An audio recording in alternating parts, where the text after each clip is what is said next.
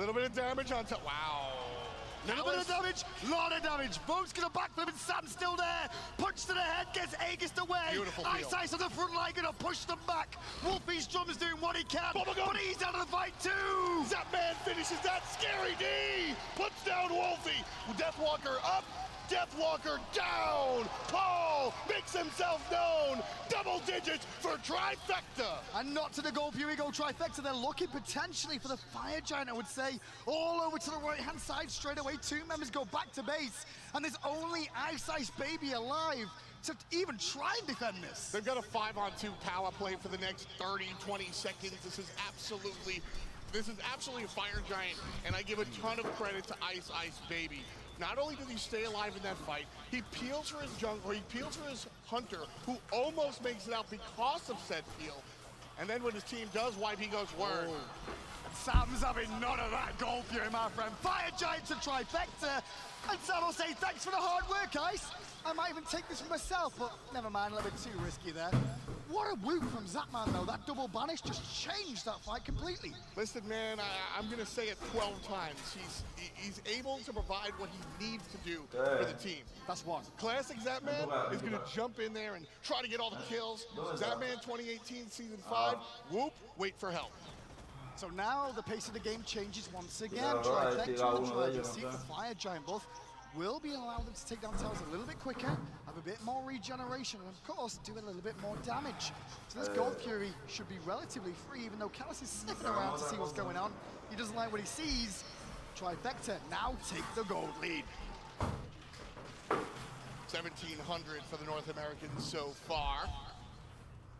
And that lead doesn't really mean much. What they need to do is find more of that, because now Trifecta are playing Rivals games. Bit by bit, piece by piece, they're going to try and formulate a lead by the smaller objectives. That big Fire Giant play is now what's going to break open the door and allow Trifecta to look for the bigger objectives. But notice where Rival are positioned now. All the tier 2 towers are being looked after by multiple members purposefully to make sure that this slows down how much the Trifecta can realistically get from the Fire Giant. We've seen teams give up these tier 2 towers because it's easier to fight under your Phoenix. For sure. Even with a Fire Giant, Trifecta's just ahead 3K. If they sweep the tier 2s and the tier 1 on the right-hand side, that's, what is that, 2,000, 15, you're talking about a 6,000, 7,000 gold lead. If Team Rival defend their tier 2 towers, they can stop that. And 2K, that's a lead that you, not only can you should fight into it. Trifecta then starting to group up in mid lane, Scaredy in the back. He needs to be here for this fight. But Rival are ready to defend. 5 men strong too, Ice Ice Baby and Sam lining each other up around the speed buff. They might be more concerned in the speed than the tower themselves. They're just trying to protect the flank. Zapman sent them to fight. Callus. Big ultimate coming out from the servers. Onto the back line goes Deathwalker. Scary D very low, is forced out of the fight. Meanwhile, DW very low. He's gonna escape, but everybody else getting pummeled. Scary D's not gonna aggro, but he will get the end of it. Ice Ice Baby trade with Paul. Ice Ice gets a double. Onward march Rival. Looking for Neil Moore. The pin is good, the leap away is okay, but the 72 transformations may keep it going. Team Rival right there, fantastic counter engage. They had patience. That's all they needed. Trifecta, they go for the whoop. Cerberus tries to dump everything, and Team Rival just walk away. Ain't no big deal. And then as soon as Trifecta dump their pockets, Team Rival stomp them in the ankles. So Fire Giant goes down, yeah, sure, Trifecta get. Then in response, Rival win a team fight, defend their tier 2 towers, and then go and take a tier 1, tier 2, and a red buff of their own. The gold lead, back to Rival. You know how many gold Furies Rival got? 1. And it was stolen. Yeah. They haven't looked for the big objectives at all. They're just trying to fight Trifecta. Well, Ice Ice Baby's going to be a little bit careful here, because right around the corner comes that man too. Neil doesn't have his ring just yet, so Ice Ice Baby walking away there a little bit safer. The red buff is exposed once more, where Trifecta keep looking. They've just not got many members here this time. Now Rival's in a much different spot. When it's early in the game, it takes a little bit more of a commitment to kill the red buff. Now you just kind of, and it's very easily taken away there. Rival seems very calm this game. Like the cameras, the play of cameras, the way they're looking at the moment, nothing really scared them so far. Yeah, sure, we lose a bad team fight, they get a Fire Giant, but it was no straight panic from Rival to like, we have to commit, as you were saying, patience on the tier 2 defense for the right moment. The veteran team. It's absolutely a veteran team. Rival don't exactly have any world championship rings, but they've been here many times before. LAN is familiar ground for them. So being 2K behind when they have a Ryzen, yeah, ain't nobody in a purple jersey concerned about that. They're able to keep their emotions under control, keep their team under control. And now they're keeping Trifecta under the same control. Neither team's really got a lead, though, as the next Fire Giant is about to spawn. Look at the time, at 25 seconds away. Wall coverage will be important here at the moment, slightly favoring Trifecta, as Rival have a bit more of a tricky time at the moment trying to get into the pick. Going to take a couple of members to get there and make sure nobody goes in alone. Unless you're Callus with Fafnir and proves me wrong. Callus a little tanky at this point. He's got a Saab and an early Kusari, actually. Certainly wasn't looking at that. Again, Callus just looking to boost the attack speed. Deathwalker, Ice, and Vote all can be considered basic attack characters. Fafnir has the Coerce in his kit, obviously, but the itemization also looking to bolster his basic attack character. Sneaky Rival. What are you doing up on this right-hand side? Looking for a tier 2 tower, and Trifecta kind of caught with their pants down a little bit here. Bit of poke onto the tower is going to be good, and Trifecta trying to respond. They're going to get rid of the wards first. I love this wrap. Neilmar is going to lead them in, and immediately banished, forces the beads out of Wolfie, and that is sending Sam for soccer around looking for the kill. That's so big. Sam still being cautious. They got to run. You can't be that far forward with Wolfie. They've got to be so careful, and they're all about protecting Wolfie at this point. Knowing that those beads were burnt is a big swing. The main thing is Trifecta did lose a bit of the tower by Rival, just moving around the map a little bit more often. Again, those are the small losses that you definitely take care of in VOD review. You definitely want to watch, but it's not that big of a deal in this game specifically. You can always improve, and that's going to be a point where you look back at the tape and go, all right, that shouldn't have happened. But you're not going to lose a game because of that. Not right now. Sure. But if you get picked on that situation and one of your members go down, yeah, it's going to really get punished. Absolutely. Well, the Fire Giant dance will start to begin now. Most players starting to reach level 20, so experience doesn't matter too much anymore. Gold definitely will until you see all the items in the inventory completed and some of the starter items taken down. Tie game. Not really concerned about 3K on the side of Team Rival just yet. I'm really liking how Trifecta has been able to kind of deal with Rival. You surprised by the pace at all of the game so far? A little bit, in all honesty. I think Trifecta are a more high-paced team. Sanford Soccer wants to be hyper-aggressive, and Paul. That's the end of my sentence. Team Rival, on the other hand, definitely are a team that can play that sort of style, but really, I've seen them be a more meticulous unit. And so, Trifecta have tried to amp the speed up, but Team Rival keep bringing it back down. Deathwalker's starting up this Fire Giant now, but keep an eye on Sanford Soccer, dueling with Callus on the left-hand side. Paul and Scary are there to support, just looking to poke down Callus a little bit if they can. But Callus, for the most part, did fine. Trifecta did a great job here. This is fantastic control of the situation, of the spacing, excuse me. Team Rival owned that Fire Giant pit, and Trifecta just inched forward with the right characters, took away some of the vision, and now they have control. Callus eats an axe to the face as Neilmar walks to the front line, gets poked out a little bit, but Zapman is under a lot of pressure. He needs some support, forced out. His ultimate is now down, and on the run of Trifecta, just trying to get back to a safer point. Chasing for Rival would be bad, and I'm glad they peel back. The discipline of the Europeans is very important. This Fire Giant fight is going to be won probably by whoever initiates second. Keep an eye on the left-hand side at the same time. There's a big old minion wave building up where that tier 2 tower could be under pressure, but this Fire Giant is getting very low. Neilmar's trying to lead him. Zapman on his way back. Sam is around, and the reset has happened. Wolfie gets out, the drums are out. Neilmar is out with the ring down, but there goes Scary D trying to force something. Vote is so low, and Sam just missed, but he will still manage to get somebody. Trifecta's got the damage. Paul puts down Wolfie. DW answers back, putting down the jungler. Neilmar finds an exit on the left-hand side. Ice is giving chase. But that's Scary D is back, and Scary D was trying to go in again, looking for one of the stragglers from Rival. Meanwhile, Neilmar's had to force back to base. Zapman back in action, but Zapman's going to be careful. I believe that was beats forced on him. Yeah, that is a non-fight for me. That Wolfie goes way too aggressive, winds up dying. Paul just does Paul things. And then Sanford Soccer tries to find something that's just not there. I think that was just kind of sloppy. Both teams kind of dropping the ball. Fire Giant doesn't go down. Everybody a winner. Will Weaver hits onto Paul, and in goes the damage from the Bologna Eagles rally. Aegis down by Paul, and an axe to the face. But Scary was trying to protect, ends up falling instead. Zapman in the corner gets disarmed by Deathwalker. And one thing we've not really mentioned just yet is how much disarm Rival have brought to this fight. They're looking to make sure that the Freya and the Uller aren't able to do their job. Pyromancer again to Team Rival. Trifecta should not take this bait, and they won't. Neilma in a little bit of trouble. Ice with a great flank actually could be a problem. Paul jumps away, and he's the main target. You know what it said in the last fight? Paul is the target for Team Rival. They are isolating him, they are jumping on him, they're using everything. Problem is, Paul Aegis, his relic usage in that Splyce ganó. Muy raro, de verdad. Me lo encuentro bastante raro. Pero jugaron mucho a mejor nivel que dignos. Jugaron como unos putos amos. Speaking about the relic situation right now, it is a bit of a situation where Rival have an advantage. With the Aegis still being available for Vote and Wolfie having those beads, it's a definitely better position to be in where Paul and Zapman are at the moment. Specifically when Paul does not have any CC immunity in his kit. That's the big key, is that Paul just doesn't have as many options as Wolfie across the way. With that said, he does have the leap and his own stun, so he's got different tools. But as far as just get out of jail free cards, Wolfie certainly has an extra one. Okay, round 52 with the Fire Giant this weekend, and we'll see what happens this time round. War coverage relatively even between the two. They've both got a ward in the pit, and I don't think they can see each other right now. As you can see, San Francisco's ward is just out of range of that blue one that's pulsing, which is a sentry. So everything that Rival are doing here is complete vision of Trifecta. Sí, Richard ganó. Pero de paliza, un 3-0 le hicieron a Dignitas.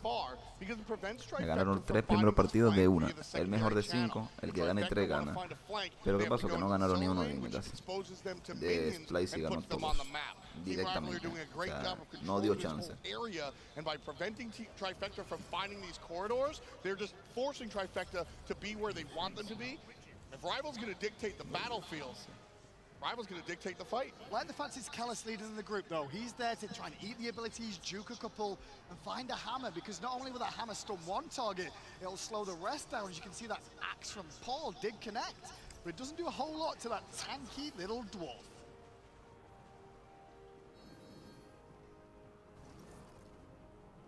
Half hour of play here. Team Rival, Trifecta, nice and even. A 4,000 gold lead. I'm over it, Hindu. Over what? I don't think the 4,000 gold lead right now, you can fight into this year, Trifecta. Absolutely. Yeah, for sure. And I think that's the reason this is so slow-paced as well, is because both teams realize that yo tenía fe en Rivals, pero Rivals no ha perdido. Lo que pasa es que Trifecta está jugando lo de NA están jugando de una manera increíble, increíble, increíble. Game 1 has made a big impact on the way teams have performed going into Game 2. Polar Bear Mike is a big proponent of game number 1, and he and I definitely agree on the conversation. Game number 1 sets the tone of the series. Is it going to be aggressive? Is it going to be passive? Is it going to be high action, low action, fast, slow? Game number 1 tells everybody what language you're speaking. Game number 2 lets the player know, or lets the fan know, who's in charge and whose job it is to turn things Paul está jugando como un dios right también. Now, what language are we speaking? We're speaking team fight language. We're speaking team control. This is not a pick set. Everybody wants to bang 5-on-5. So about banging, Wolfie's going to be banging the drums, and he's doing a little bit better than he was in the early game. Early on, wasn't so good. Bottom of the player damage, now climbed. ¿Quién tú crees fake? Dime quién tú crees. Paul, but Paul will drift as the game goes on. I mean, all will drift when the game goes on. Paul will not. That's right, baby. Early game clear, late game down. Te daré una pista. No fue Dignitas. Certainly fun to watch. Fire Giant started here by Team Rival, half HP already. They're certainly able to burn it. Meanwhile, Neilma going to jump on in. 25% on the objective. Quien gane de aquí se enfrenta en las finales contra Splyce.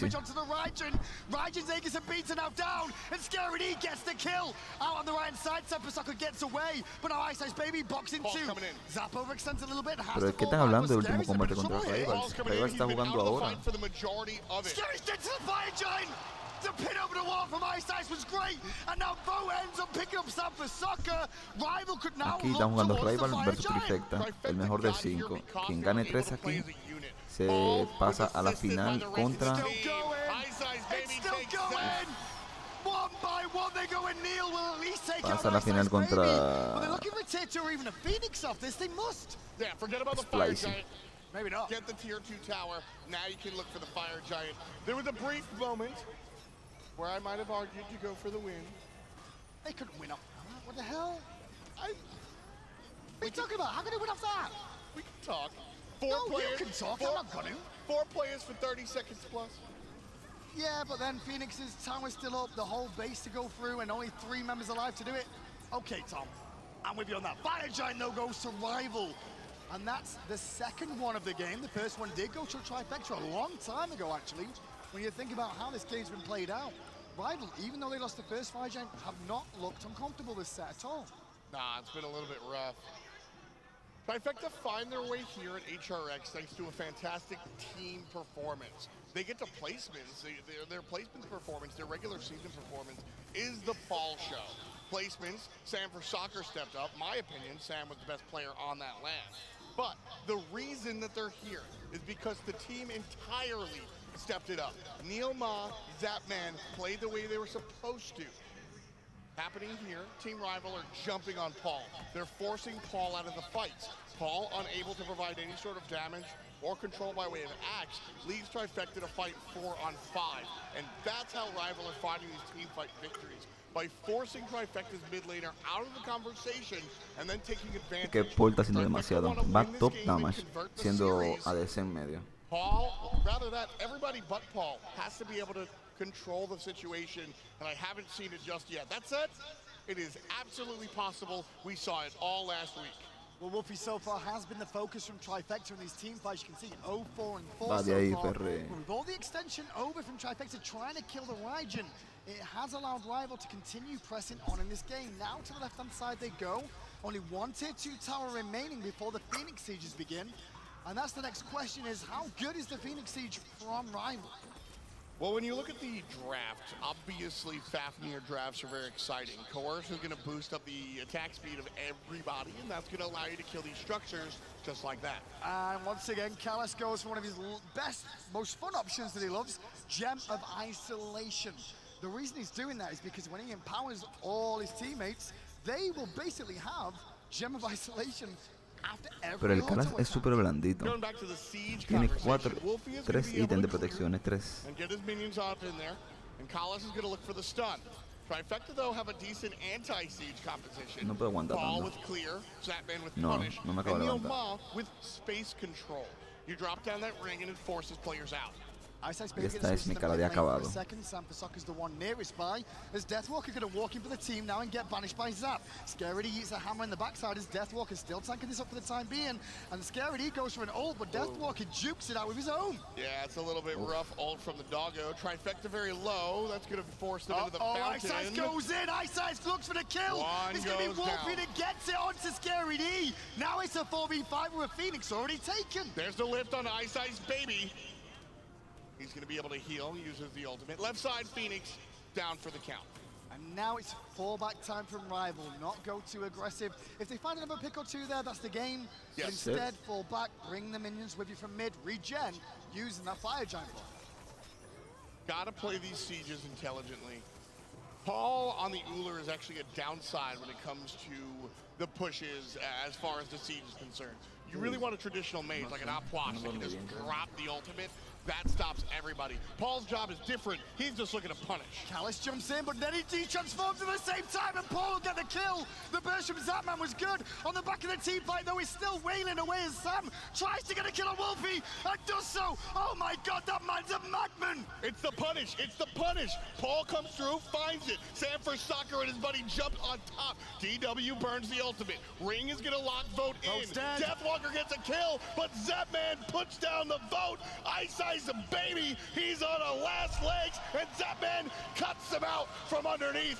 Deathwalker, the only one alive for Team Rival. I said it before. Paul's looking for the punish, and he sent Rival to the room. Sure, but there's still 2 Phoenixes down for Trifecta there. And with 1 man still to defend Deathwalker, he should be able to delay them trying to end the game or get anywhere close to. Phoenix at best. Yes. But even with Deathwalker, don't forget disarms cause so many problems for this team. They're still going to be able to get the Phoenix, Not and this all, is actually. exactly what Trifecta want to do. They want to pick up the Phoenix, no problem, and that's gonna negate the Fireman essentially. Ice baby. Sorry, Ice Deathwalker just going to attack him as much as he can. They don't get it. Notice how he goes to shield stance though. Goes to shield, blocks some attack They damage, don't reduces it back. They don't. Well, they couldn't get the minions in range. You can't sit there and have Deathwalker just blocking all the shots. Like, there's no way. So at the end of the day, Trifecta, sure, they win a team fight, but they don't defend their base as well as they would have liked to. And as you can see, the cameraman showing us that might... Hang on. No, it's fine. It's fine. Oh, you don't want to yell about the minions? No, I'm not totally. I can see read minions better. Hi, Tolly. Los minions casi le tiran el Fénix. Minions at the top of his lungs, by the way. One day he'll do it and be right, you know, and we're not going to listen to him. That's what's going to end up happening. But now it's up to Trifecta to defend their base with 2 dead Phoenixes, 1 very weak one on the right-hand side, and Rival will have another Fire Giant because there's no way they can get back over here to try and stop this. All Trifecta have to do is exactly what they just did. And that's really the biggest key when I'm looking for when I'm on the back foot. La única razón por la que Trifecta pudo responder fue porque tienen la fuente al lado. Just showed that they're capable of doing it. If they can do it then, they can do it now. Trifecta need, looking at the Phoenix situation, Trifecta need 2 defensive stops before the game becomes even. I can agree. They stop this push, they fight into it, they get a kill. Then they stop the secondary push, they fight into it, they either win the game right then and there, or they get the chance to defend Fire Giant. One thing of note though, neither side has really showed anything in picks and bans here. We've seen all these picks all week long. Maybe the Bloater is a bit of a spice, but it's Deathwalker, he's done it before. And then goes Rival now looking for the final Phoenix, but Sam's having none of that, straight to the back, hitting Wolfie. Neil Moore alongside him as Sam also making sure Deathwalker push back. Look at Ice's positioning. This is Rival looking for the final push. They want to win the game here and now. Ice is either going to get a flank and murder somebody, or lure Trifecta away from playing D. Well, they have to, because left-hand Phoenix is coming up. Zapman's over there trying to defend. Boom. That's not going to be the case. Now around the back comes Ice baby. Paul forced out as well. Into the ring goes Neil Moore, trying to get some defense up for himself, but Phantom is available. Left side, Wolfie pops the ultimate. He's going to be jumped on as Zapman burns his as well. Team Rival seeping into the throne room. Titan down to 90%. This is just a classic game of play the map and play the situation and not force the issue. No, that's exactly what Rival are doing. They are forcing the issue. They are looking for the win right here. I love how Ice does that play as they draw it up. Either we spread the floor and we reduce the amount of defenders on the right-hand side, or I kill you and reduce the amount of defenders on the right-hand side. Either way, Rival winds up with a Phoenix. Now they've got to do the same thing in the middle lane.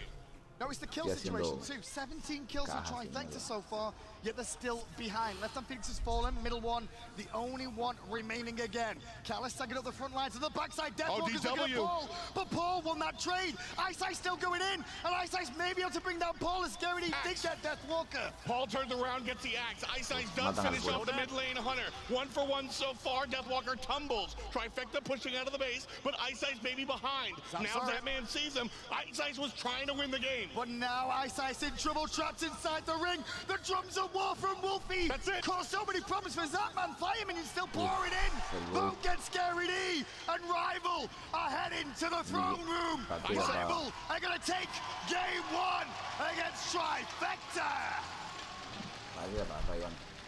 La primera partida. Team Rival with a fantastic no estoy hablando mucho. Last moment. They drew up a play. They wanted to get that right Phoenix. When it came down to it, they got that. The mid lane was a little bit more difficult, but Ice baby on that Arlong Shen. A turtle made it to the water. They take game 1. So I'm honestly looking through that game. Neither side really showed much. That's what I was going back to. Zap's been playing Frey before. We've seen Paul on the ult. This was a real feel out for both teams to see who's here to play and what the plan is next. Look at the quizzical looks on Team Rival, and this is why they've gotten so far. They've won this game, and they're still breaking it down, very serious. They are not content. Speaking of breaking it down, then, let's get it back to the analyst desk to break down game 1 as we look towards game 2 of this best of 5. Thank you so much, Hindu Man, Final Cannon, totally joining me once again here at the Alienware Analyst Desk. And if you guys are just joining us right now, this is day number 2 of HRX presented by Mixer. We have electricity going on in the audience, man. The hype, I thought this was an NA crowd, but no, everyone was cheering for Rival in that game. It's split down the middle. You can see the Splyce jerseys on one side, the previous set, Trifecta jerseys, Rival jerseys this set. I think it's even split, but Trifecta not able to perform the same way Splyce did in the last set. Yeah, it was definitely a lot of back and forth in that game, which we kind of expected. But I think that's a good sign for Trifecta because we haven't really seen them up against Rival at all, and Rival is one of the best EU teams for sure. So seeing them, actually they had a Fire Giant potential definitely to win that game, but it just was Rival's defense was too strong. Going into picks and bans, I could tell the adaptations from both of these teams, allowing the Erlangchen to go through early so that you can get the Freya, you can get the Odin as well, the first time we've seen it so far in HRX. But then after the secondary ban phase, this Fafnir alone, double disarm, Zap couldn't do the same amount of damage that he wanted to. Yeah, that Deathwalker defense on the mid Phoenix towards the late game there, 1v4, and getting that I forgot what it's called, but getting it onto the ADC.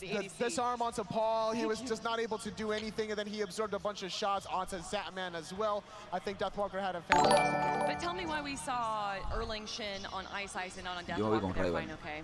Well, I think they just were going for a double warrior comp. Yo voy a Rival, la verdad. No me gusta Trifecta. Además, yo lo dije ayer. Si Trifecta ganaba ayer, no tenían oportunidad contra Rival.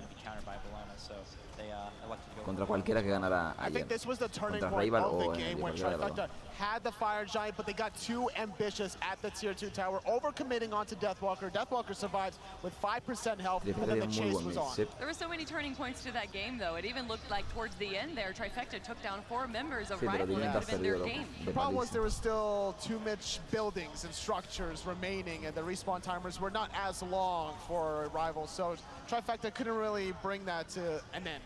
Yeah, fine, okay. It definitely seemed like Rival was playing the passive game. They were very patient. Anytime that it seemed like Trifecta was taking that aggression, they were backing off. Do you want to see that again in game 2, or do you want to see them change it up a little bit and maybe even show more aggression? I think it was just a couple of mistakes. As far as the comps go, Rival's comp was definitely better in the mid to late game. They had a lot more AoE. Trifecta's comp was more to try and kill one person, burst them, to whoop them into an Uller stun, into a este mundial se lo lleva Splyce, no tengo seguro casi seguro que se lo lleva Splyce. They were definitely just looking for the single kills into the sí, verdad que sí, Bronze. Pegamos ahí. Estoy casi seguro que Splyce se lleva el mundial. Está jugando, loco, de una manera que nunca había visto un equipo jugar tan fuerte, loco, Nunca había visto un equipo jugar tan fuerte. Splyce sí, Splyce gana. Todo el mundo va por Splyce. The frenzy to allow his backline more damage. I mean, at first glance, it looked like a very even game, even in towards the late game, but they were 10K behind with only a kill behind. How does that happen? How does that gold difference happen? A lot of it had to do with the early objectives. So Deathwalker got a pretty big lead on the Berserker Shield Bologna, and what he was doing was, off the pressure and the proximity clearing away behind the tower, he'd walk over to Pyromancer and just pull it every time it was up, and it was really hard for Trifecta. That's right. Rival got 2 early Pyromancers this game, stole away that first Gold Fury with a nice weave root combination from bow just right around the corner. And from there, Rival was just able to get those little leads. Porque es un super coño, no un puto guerrero ni un puto mago, ¿sabes? It was very easy no debe hacer tanto daño con la puta ulti. Ayer ustedes vieron a Joel. Ayer fue. Ayer Quirón fue hoy. Sí, fue hoy. Hoy usaron Terra. ¿Quién era? De Splyce. Sí, de Splyce. De Splyce era el solo lane. ¿Cómo se llama el solo lane de Splyce? Bueno, el solo lane de Splyce, eso Terra. Metió la ulti, le metió un 2 a Quirón y lo bajó de la mitad de la vida a 0, lo mató a Quirón. De la ulti y un 2, lo aplastó, así, pum, muerto. Y es como que, ¿qué?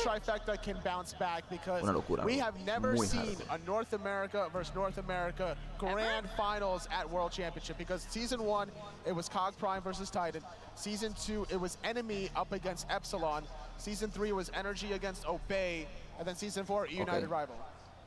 I mean, what does this mean, though? What does North America versus North America mean to you, Anatoly? I mean, it doesn't matter what it means to me. It matters to the crowd, right? Because they were cheering for a Splyce, so you're going to hear this crowd just roar if that was the case. I don't know. Like I'm saying, I think people kind of want it to be an NA versus EU game. There's a lot of rival fans in this audience. There are, but I think North America got them top at the end of the day. As loud as the rival fans could be, I'm sure there's going to be a lot of loud North American fans out there as well. Well, we saw Trifecta lose a game in the start of yesterday, of day one, so I definitely don't think that they're out. I don't think this is going to be similar to the game we saw earlier today, where once Dignitas started losing, there was no coming back. I agree. I think that Sam needs to get off to a great start. Yeah, I agree. They just need to keep their composure. I'm perfectly fine with them playing the exact same style. They just made a few little mistakes, like the Gold Fury they gave away, the way they pushed the tier 2 and mid. If they just fix those up in the next game, then they're going to be just as good as they were. And that's the problem about facing your Calas tiene un Fafnir, make a loco. little mistake, they're going to Fafnir capitalize de on it entrar al modo alboroto e irse, tira su ulti y es como que, hola, ¿y ahora qué hago? Trifecta seem to not really be fully cognizant of what's going on around them, because it seems like that's the reoccurring theme of them losing a Fire Giant, or not even realizing that the enemy team's doing a Fire Giant. I think they just get too ahead of themselves at times. When they had the Fire Giant around that 21-minute mark and pushing that tier 2 tower, they thought that tower was free, they can find the kill into Deathwalker, but then they didn't respect the counter damage coming their way. Yeah, and a lot of it has to deal with their comp as well. A ver qué le dan it doesn't really al play Paul. itself on the sieges. You can't just go in. Rayim va a cogerlo seguro. Trifecta tienen que coger tres Rayim.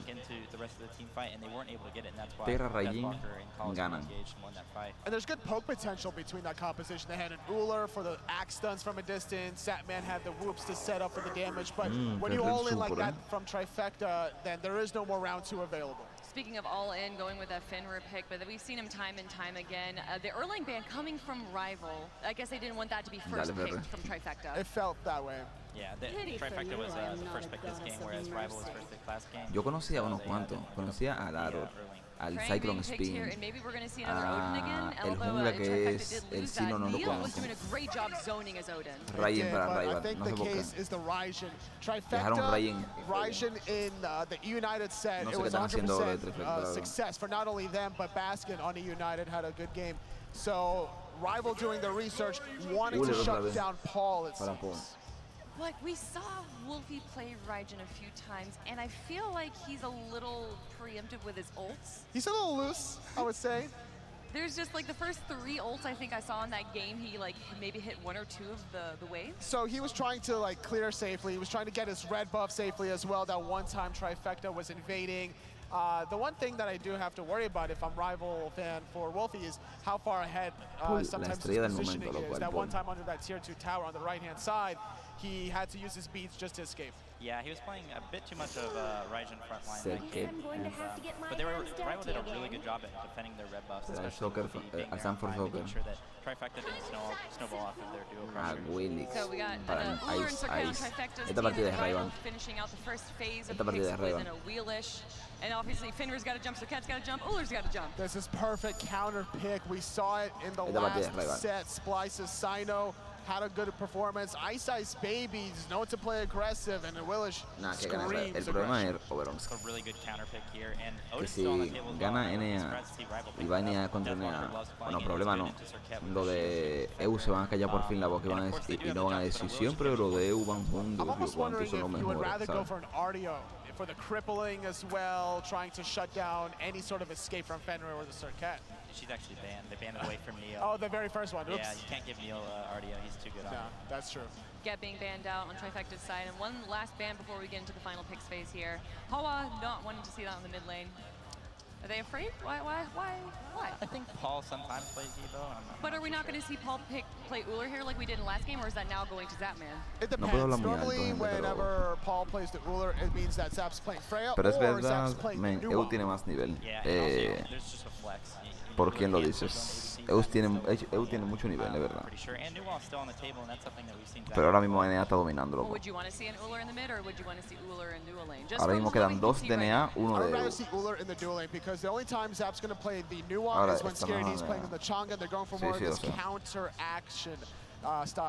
Hay que ver. Silvanos para Canas, no lo creo, Canas es un tipo muy agresivo. definitely give No it to him, Silvanos, but creo que no. if Zatman Sí, wants sí, to sí. Freya as well, Para el combo de Awilix, that's just puede ser. the benefits of having a flex pick. Tell me about the Sylvanas-Freya duo lane that we might be seeing. Hard to really contest or fight into. I think there's going to be a lot of burst damage. Yeah, that is just too much wave clearance. They're going to one-shot the wave at the tower line. Pretty much. So then it's going to be Finner Sí me vi. in the duo lane that can Yo no sé. potentially combat Ya el with more crossplay es aggression. definitivamente Killing real. Sylvanas could be the goal for Trifecta into game 2. It's basically kill pressure. No sé cómo estará el juego, vamos a ver. Ellos lo hacen por su compañía. El competitivo no sé cómo va a ser, la verdad, pero bueno. Nuwa para Sadman. Sadman Nuwa, It's also tough. You're going a Fenrir who obviously wants to fight early on, and Nuwa's early on kill potential is not too great. I mean, you do have a passive with the root, but you need to land 5 basic attacks at the end of the day. Maybe they're going to have the rotation early from Neomar. Maybe go start soloing or something. It's possible, and especially if they get a Fenrir early on rotation to mid camp so that they can get him out of the dual lane. And Nuwa no tiene presión, pero en late, ¿qué importa en late? Son 5 contra 5. En late no hay ADC. O sea, en late Sadman no importa, sino el pick y punto. Ya tienen un ADC, sea Sadman o no. A lot of what he's able to do with it is he's able to walk towards the speed buff. Since he wants to TP back in anyway with his Berserker Shield, he's just using his pots to his advantage. And the thing is, the cycle is such a short cooldown. It's like 5 seconds. You're going to apply a slow every time. And what Erlongshen was able to do against Energy in that first set of the last set of the first day, I think Osiris can repeat that. Nike. But maybe no Osiris now switching over to Nike, but not locked in yet. Alpha Jackal really taking his time here right now, making sure. I like that though. That shows that they still respect Trifecta. They know that Nike, Trifecta isn't going to get 3-0'd easily. Nike is safer in terms of team fighting potential. That passive, trying to get more damage. Ya se ha visto contra Space Station Gamer. No, Andrés. Vimos a Sadman con Nuwa contra Barracuda y los recteó feo, el Sadman Barracuda. Así que puede ser posible. Wukong para... Ahora sí lo veo. It's something that Deathwalker likes. He picks up the Soul Eater early in the game. He's trying to be a lane bully. It's one of the best matchups in the Baron as well. You're never going to get... Que Deathwalker era una bestia, loco, de verdad. Ese pana es súper bestia jugando. Ese pana es uno de los mejores players del mundo, mano. Dios. So just looking at this, Trifecta trying to get this win here, trying to not be 3-0'd and swept. What are they going to have to do to win this game? They're going to have to make sure that Zap makes it to the late game with this new pick, because she's not doing much in the early game. If Sam goes Blink on Circuit and looks for a lot of early plays, early ganks in duo especially to help that new out of the early game, then I think Trifecta can win this game. Then what about Rival though? What should Rival do to keep in? Siempre Calas se está así, cabeceando, siempre está cabeceando. Mírenlo cuando lo presenten en cámara, cuando presenten el pick de él, ya van a ver.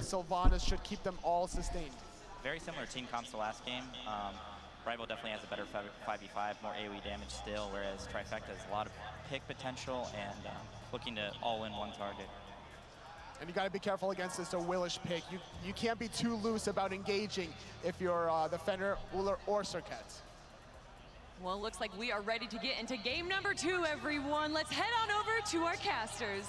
Thank you so much, Analyst Desk. And yes, we're back for game 2, the lower bracket semi-final. That was like lower half of the bracket. Yeah, semi-final. I was like, hang on, there's no losers here this time round.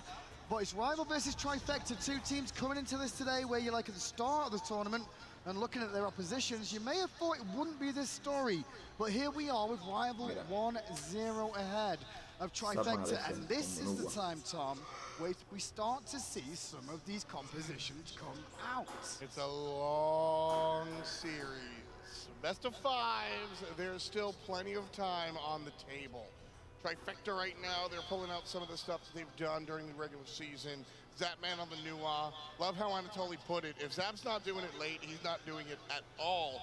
So that's kind of Trifecta's game plan.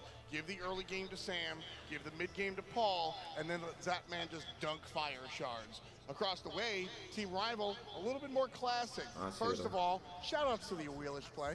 Love to see my girl there. So we're going to see the early game from her and the late game from Vogue. Gonna say, if your first 3 picks are going to be Circuit, Ul, and a Fenrir, I'm damn well sure I'd like to see the Wheelix in the other team. I said it before, man.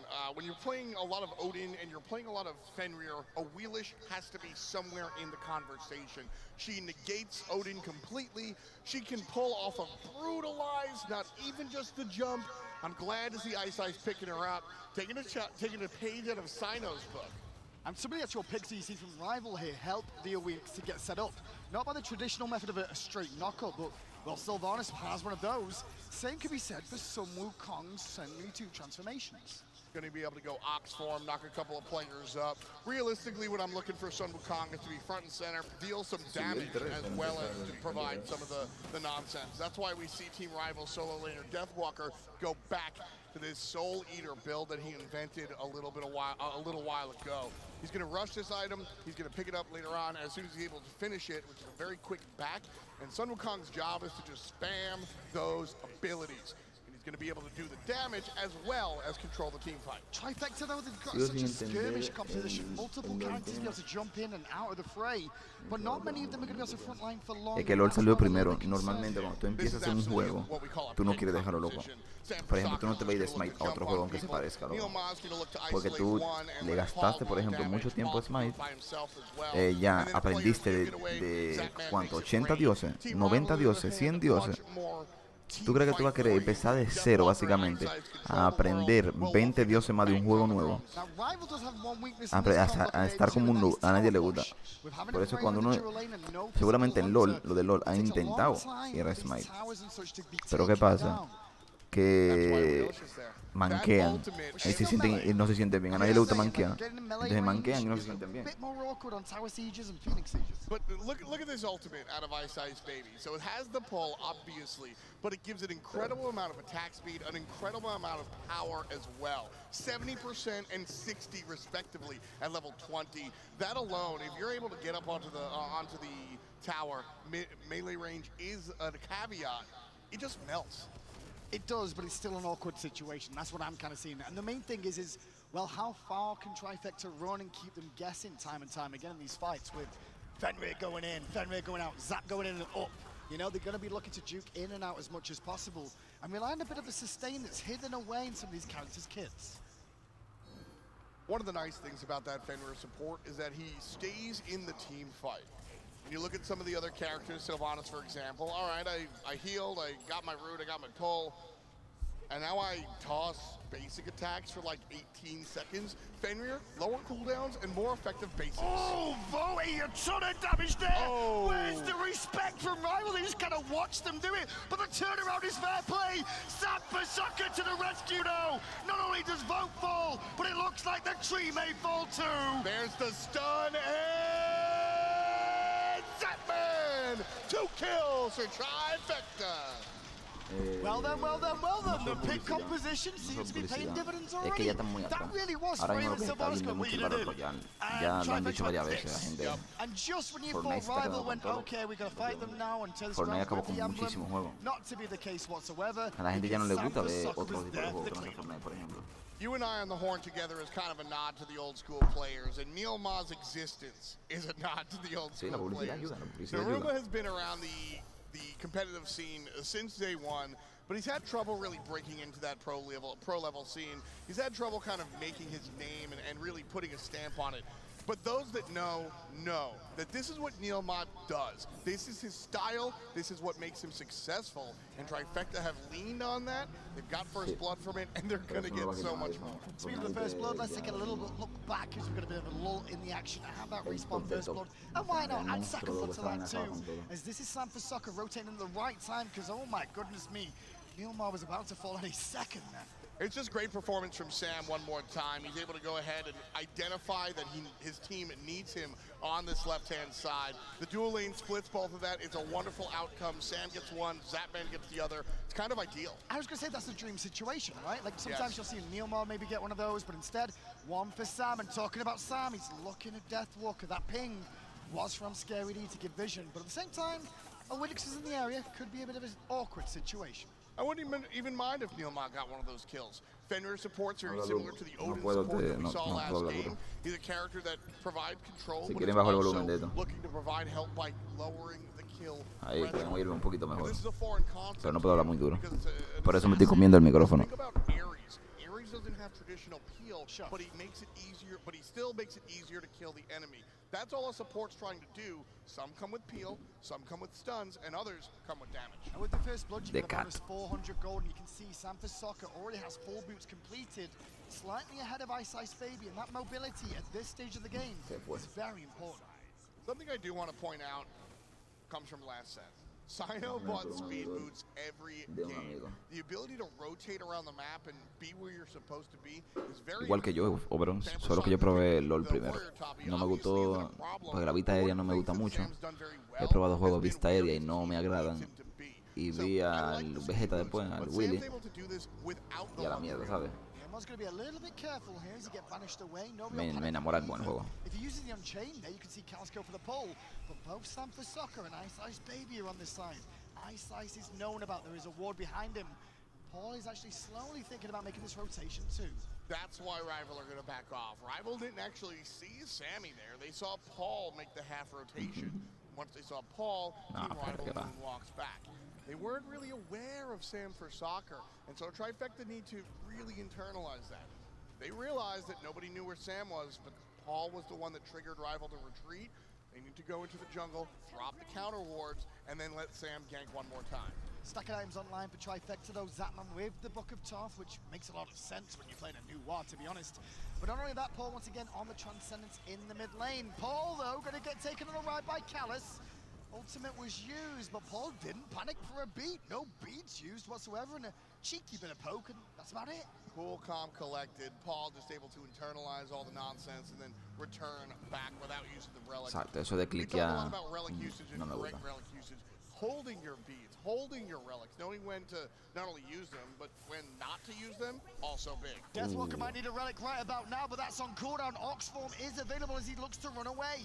Zapman got the ultimate off to try and help, but already Deathwalker is out and safe. Unfortunate situation as Vote then trying to return a bit of poke damage for Zap for the ultimate from across the map. I don't know what tipped Trifecta off. They certainly knew that Ice Baby was there. Ooh, drums at war used by Wolfie because Neilmog got everybody playing a little bit scared so far. That seemed a little bit fun. Okay. He's on the desk. Ultimate trade. Milama joke? I said fun, not fine. I was just going to let you roll. Oh, Deathwalker may have made a mistake by overextending a little bit here. I don't know why. So the extra tower shot. One more auto made him a left-hand side. We're going to fight. Neilmog got out of vote. Votes in this Gallican and Sam. Sam gets hit by the bubblegum. Ice Baby gets the kill. The pull. Ice Baby pulled Paul, but he gets punished for it. Paul and Neilmog wind up taking the team fight. Muy buena presión de la Ice. Trifecta. And they only suffer one. Porque he visto muchos en Sucos por la presión loco en early. Ferry era un pick muy completo, hace mucho daño, mete stun, tiene un CC con la ulti muy bueno, tiene buen chase. Básicamente, un muy buen pick, pero ¿qué pasa? Lo que pasa es que también en early parte boca, entonces se usa mucho para la presión en early. Si tienen una Freya y un Silvano, tú vas imposible, vas a ganar la línea, imposible, ¿eh? Así que un Fenrir para quitar eso, para tú poder tener un poquito de presión y no te ganen toda la jungla ni nada, ¿sabes?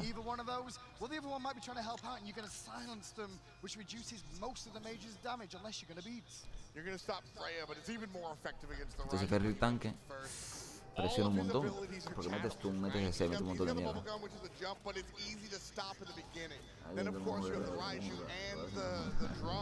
No. Ravana era porque duró mucho tiempo en eso. Porque vieron que en la solo lane nos rentaba. Ravana en solo lane nos renta. Sin embargo, Fenrir en la jungla sí. Which is what Vote was looking for in that one. Vote, the only casualty so far to fall twice in this game. A lot of pressure towards that Freya, but he's going for a bit more defense now as well. This is another one of the options Freya can go to.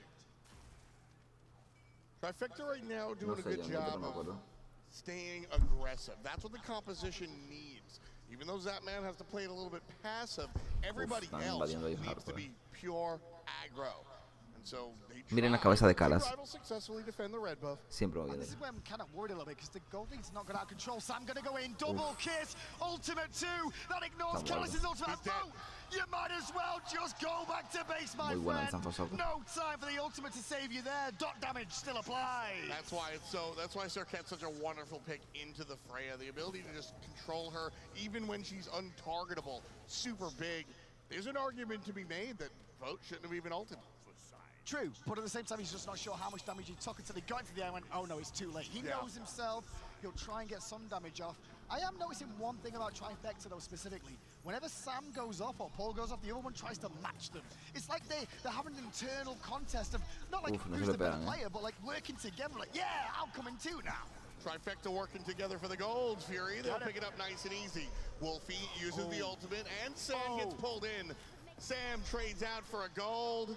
That's all good. That's the danger of the winning. Una kill por una vuelta perfecta. Can be a problem in the moment. The Trifecta gets sleeping on how close the Elixir is to them. It can be punished a little bit in the overall game, though. Mi team, no tengo team, no soy tan bueno para eso. Unless the speed buff goes down, where Rival will actually be able to steal it away, and Deathwalker should be okay. He should be okay. He should be okay. I don't know about that. Told you, should be okay. Watch. They're going to watch the option. Paul is going to watch the south side. Scary D watches the right-hand side. There's the animals. They stop the animals. They're going to stop the life. One shot will do it. There's the jump, but it's missed. Brutalized with a follow-up. There's the Ragnarok. And there's a dead Deathwalker. Buen castigo, Paul, 2 kills, no deaths. And an assist. Muy buen castigo al Deathwalker. Okay. 6-2 then is Trifecta at this moment in time. Gold Fury is down. Pyromancer has spawned at the 10-minute mark. So now you're going to keep an eye on the other side of the map too. Rival found some success there. Love it. Talking about success, Neomar keeping the pressure on Wolfie. Exactly, just trying to test Wolfie. Wolfie does the correct thing and does not use the beads. Neomar just trying to make sure he can stay aggressive, stay in there. Actually gets picks up the red buff for his troubles. This is really an old school sort of Serket build coming out here, because most of the time we start to see a bit more damage out of Serkets, but she's got true damage as part of the kit with that ultimate. Es que no puede usar la Ice Ice Baby going in. Zapman's in trouble, knocked up in the air. The best damage from Bobby's there, and that will get the kill. Calas ends up getting it as Neomar now on the run from 3 targets. Yeah, it was a big play by Team Rival, just surrounding. Oh, he's right here, but they're not going to chase. Rival's totally fine. Fantastic job by that. 3 players surrounding the 2, and it's all about the first damage. Toro tuvo bien porque el Paul estaba allá afuera. Nua's big problem is the fact that she needs to send 2 abilities. The minions and the si tira la B, el Paul le mete el stun. Él tiró el Toro para meter el knock-up y que no pudieran pararlo, básicamente. Si mete la B no lo paran. And if you're able to kill her, well, that's your window. Remember, no beads for Sam for Soccer, as now he's under pressure. Ults in place as Paul supports. Ice trying to juke out with Suku, but the damage from Paul is just too much. The combination of Paul and Sam for Soccer win a 2v2 again, but the engagement's not over just yet. Calas and Wolfie, they were looking for a pick, and they might just get picked themselves. Paul finds the long-range stun. Here comes Neomar looking for up close and personal. The Wolfie ultimate's chased out, and that's exactly what Trifecta's going to take and run with. DW on the south side, trying to make an exit on the left-hand side. Paul follows up, finds the X in transit. Oof. Now Deathwalker forced into the ultimate. Has 2 options, north or left. More than anything, he made this rotation to try and make sure nobody was in trouble, and he might actually get himself a kill. Jingle bang! Deathwalker solos that man against 3 targets. Maybe he falls down in trade, though. I'm not sure if it's worth it because he lost a lot of farm on the right-hand side. Exactly. That is a character that wants to get the late game. De Bancroft para que tú veas cómo te hacen el focus todo el rato. Están matando a la Freya todo el rato. Imagínate si tuviera Bancroft. No tuviera unas botas todavía. No lo dejaran farmear. But making these rotations is making sure that Trifecta can't keep the pressure onto Vote, who's currently died 3 times so far. That Freya pick. Scary D. Suku was you, Suku was you, Suku Muy buena del Paul, coño. Paul gets another kill for himself, set up by Scary D. That timing of the leap into the ultimate was well done from Scary. Exactly. Scary just saw you got no buttons to push, homie. You're coming along. El Paul está haciendo un carrito del drops the ultimate, drops the target. And now Trifecta looking to get the Pyromancer. This will give him a bit more gold in the coffers if they do. Nothing too much to shout home about. but it does give him a bit more mobility from base, which we don't talk about often, but now and again it can come in handy. Exactly. It's very rare as the application of the Swift Wing buff, if you'll call it with, like, if you will, effective. But right now, I think it's actually a point where you want to be able to use it. Has to beads away. No beads used by Zap. Neilmar on the rotation too. Oh, bad keep an fight. eye on Callus as Zap is trying to keep him busy. But Vote baited it well. Aegis used by Zap, man. Last shot, he's still alive, but Vote still gets the kill. And now Callus and Wolfie are here. But Sam for Soccer's beating up Wolfie. Meanwhile, you've got Paul in the wings as well. Sam for Soccer surrounded by 3. Neilmar shows up looking for the ultimate. Wolfie very low, picks up a different target. Wolfie, Bubble comes up to the top. Now 2 players here. It's all Team Rival. 3 players coalesce on top of 1. Sam for Sucker trying to run. But where's Deathwalker, boys? Hi, the monkey has arrived. And now the gravity surge picks up Sam for Sucker. Paul on the run. They're gonna chase. Deathwalker will just keep going. They're gonna chase. Paul under the tower. Paul under the ground. Ice Baby melts them down. Team Rival take control of the game. Gold Fury is up right now. Rival could look towards that tier 1, not really available as it stands. The gold situation is even here. So what can Rival get off the back of those kills to keep this momentum going? Gold Fury, that's exactly what they're looking for. Scary D is going to be local. Deathwalker should zone him, and this should be an easy textbook Gold Fury for Team Rival, paid in full by the team fight they just successfully encountered. Taking a bit of time, though, because as we said, objective secure is not the greatest thing. Wolfie was looking a bit of pressure on the mid lane. But what a crazy fight that was. It starts off with Zap versus Vote, turns into a 5-4 because Scary D didn't manage to get the rotation going at all. Notice that tier 1 tower is still alive on Rival's side of the map. You watched the tape back, I said it was a bad fight from the get-go. You saw everybody coming in the wings, and Trifecta just weren't as healthy as Team Rival was.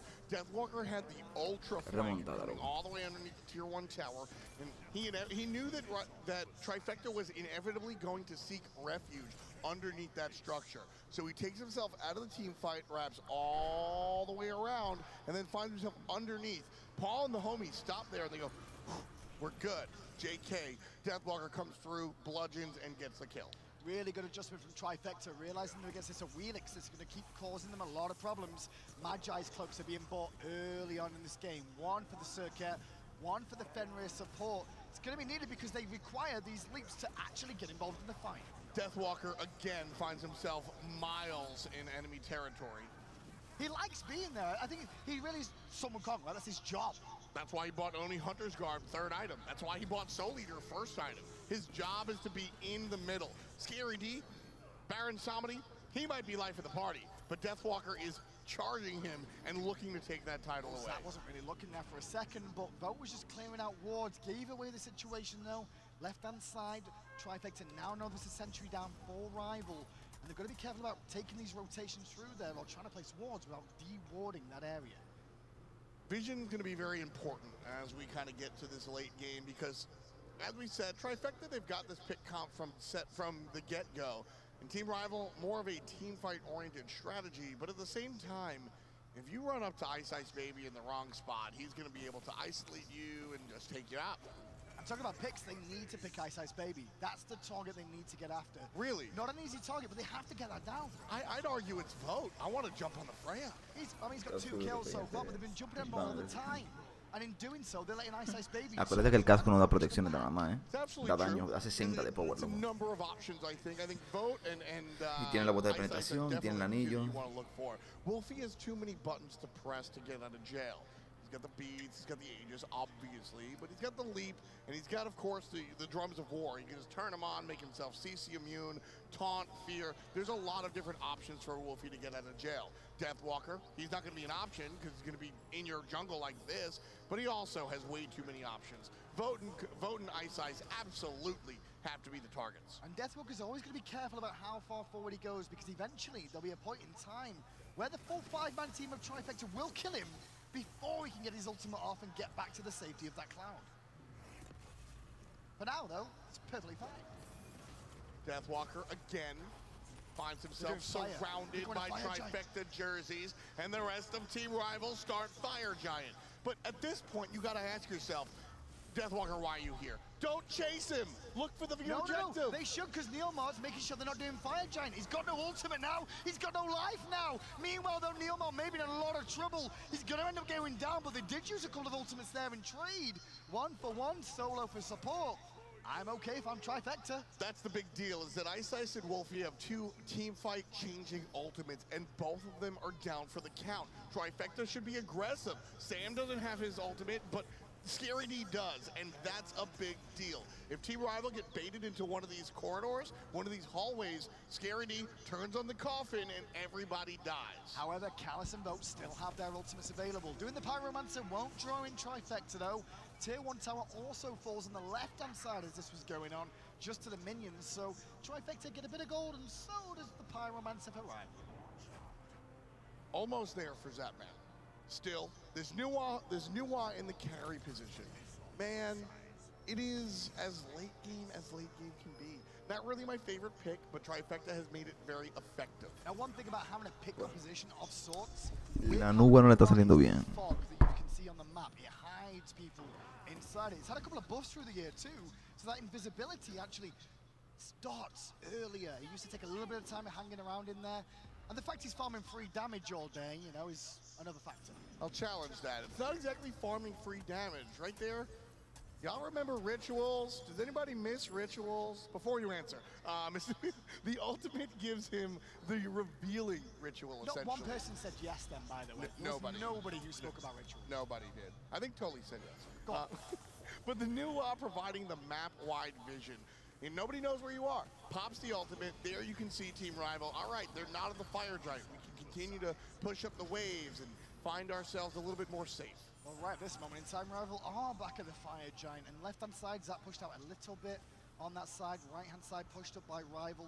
Rival really like to dance around the Fire Giant. We talked about Rival and their way of playing objectives time and time again. Well, Rival really like to do that because Rival really like to team fight. They got Paul, they got the beads. In comes Callus too to make sure Zapman can't get involved. Paul is surrounded, Paul is dead. All investment onto the mid lane. Ooh, Neilmar trying to make something happen with the Ragnarok. Can't find a target. Meanwhile, Soccer gets a big old bleed. The poison spreads. Wolfie goes down. Here comes the Scary D. Wolfie is in trouble as Neilmar has half HP. Jump away because he's safe from Ice Baby. 2 for 1. Team Rival still pushing. Scary D's still in a lot of trouble, left alone. Needs some support from Zap and gets it. Clay minions do a little bit of damage, but not enough whatsoever. Rival take 3 kills for 1, and that was Paul just being in mid lane alone, and Rival saw a window and took it. We've been talking all nice about Paul. That one not gonna wind up on his highlight reel. Out of position. I don't think he was out of position, really. You can't be there Están manteniendo menos 1. He had his beads bought some time, but nobody else was able to help. Now, though, the Fire Giant under threat by Rival. Ultimate out from Zapman as Neilmar leading the charge. Do it. Neilmar's showing up. 25% of the objective. Neilmar's presence. Rival doesn't want to give it up just yet. Here comes help from Zapman on the left-hand side, and Oxman's going to chase him out. Fire Giant has been leashed. Trifecta did what they came here to do. Zap's got no relics and has to run. Jingu Bang off the mark, but Paul is on the way back. Soccer in the go. Soccer looking for the kill on Ice Baby and finds it. The crowd pops because Trifecta are here to play. Rival hung around looking for kills, and now they're being punished. Trifecta, the tag team champions, coming through and letting the rest of the carries funnel on in. Aegis is used by Paul, and Deathwalker puts down 1. Vote gets Paul, and here comes Wolfie. I don't think the crowd helped there because that boost of energy from the crowd actually made Trifecta go a little bit too deep. Paul and Neilmar end up falling down, and Rival actually, luckily enough, will just turn tail as well. What a crazy few minutes. If you're a Trifecta fan, that is as close to a win as you're going to get there. Why? Neilmar and Zapman's job there, Trifecta gets stomped. They lost a team fight, and Trifecta's duo lanes show up. Neil goes, all right, if they get Fire Giant, this is really rough because they're going to clear out our towers. So Neil throws himself to the wind, looking to stop. And it's not enough. Team Rival are still on the Una ulti de Nuwa le da 5 personas de free. And everybody wants to kill the easy-to-kill mage. So they follow Zap into the clutches of Sam for Soccer. Now, that could have gone a lot better for Trifecta, but the goal was to stop the Fire Giant. At the end of the day, though, the Fire Giant is taking a lot longer than you would expect because we mentioned tower sieges. It actually means for objectives too. Freya's not really got the same burst to bring down a Fire Giant the way you know, any other hunter would, even Paul on the Ul would have a better time whacking away at the Fire Giant to bring it down quick. Rival need more time to bring it down, and that time is what Trifecta needed to try and defend, and they're gonna have to do it again. That man uses the ultimate. Half for vision, half for the damage. DESEAN's local, and that's all it takes. Team Rival can't commit. That keeps happening. Rival end up getting the ultimate out of Zapman because they're not sure where they are on the map.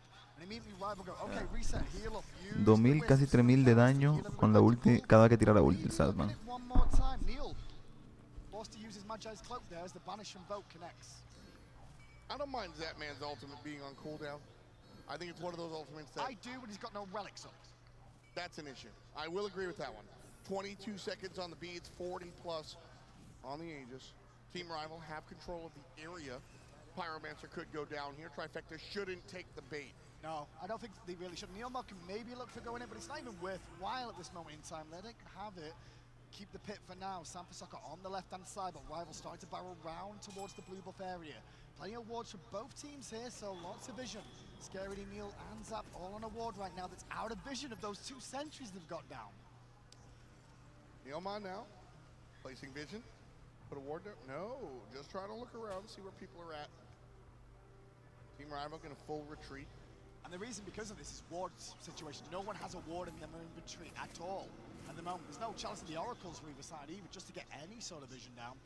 But with that, it just basically means the ward you have on the map at the moment, well, Trifecta's got one at the Fire Giant to keep a little bit of vision, and Rival have it all the way around. Both teams realize the pressure has been released, and in having that, it means that Trifecta can go a little bit sneaky on the left-hand side. Gold Fury being attacked by the team in trouble. 4,000 deficit for Trifecta, cut down to about a 2,000 deficit. That goes from a slight lead from Team Rival to basically a tie game. 2,200, 2,300, I'm not that offended by that lead. That's when you spread it out among 5 players, just not enough to really make an impact in these team fights. Trifecta now, as they fight into the Fire Giant, should feel a lot more confident after that gold. Yeah, Trifecta a little bit behind in some positions though. Paul with a bit more of an expensive build here.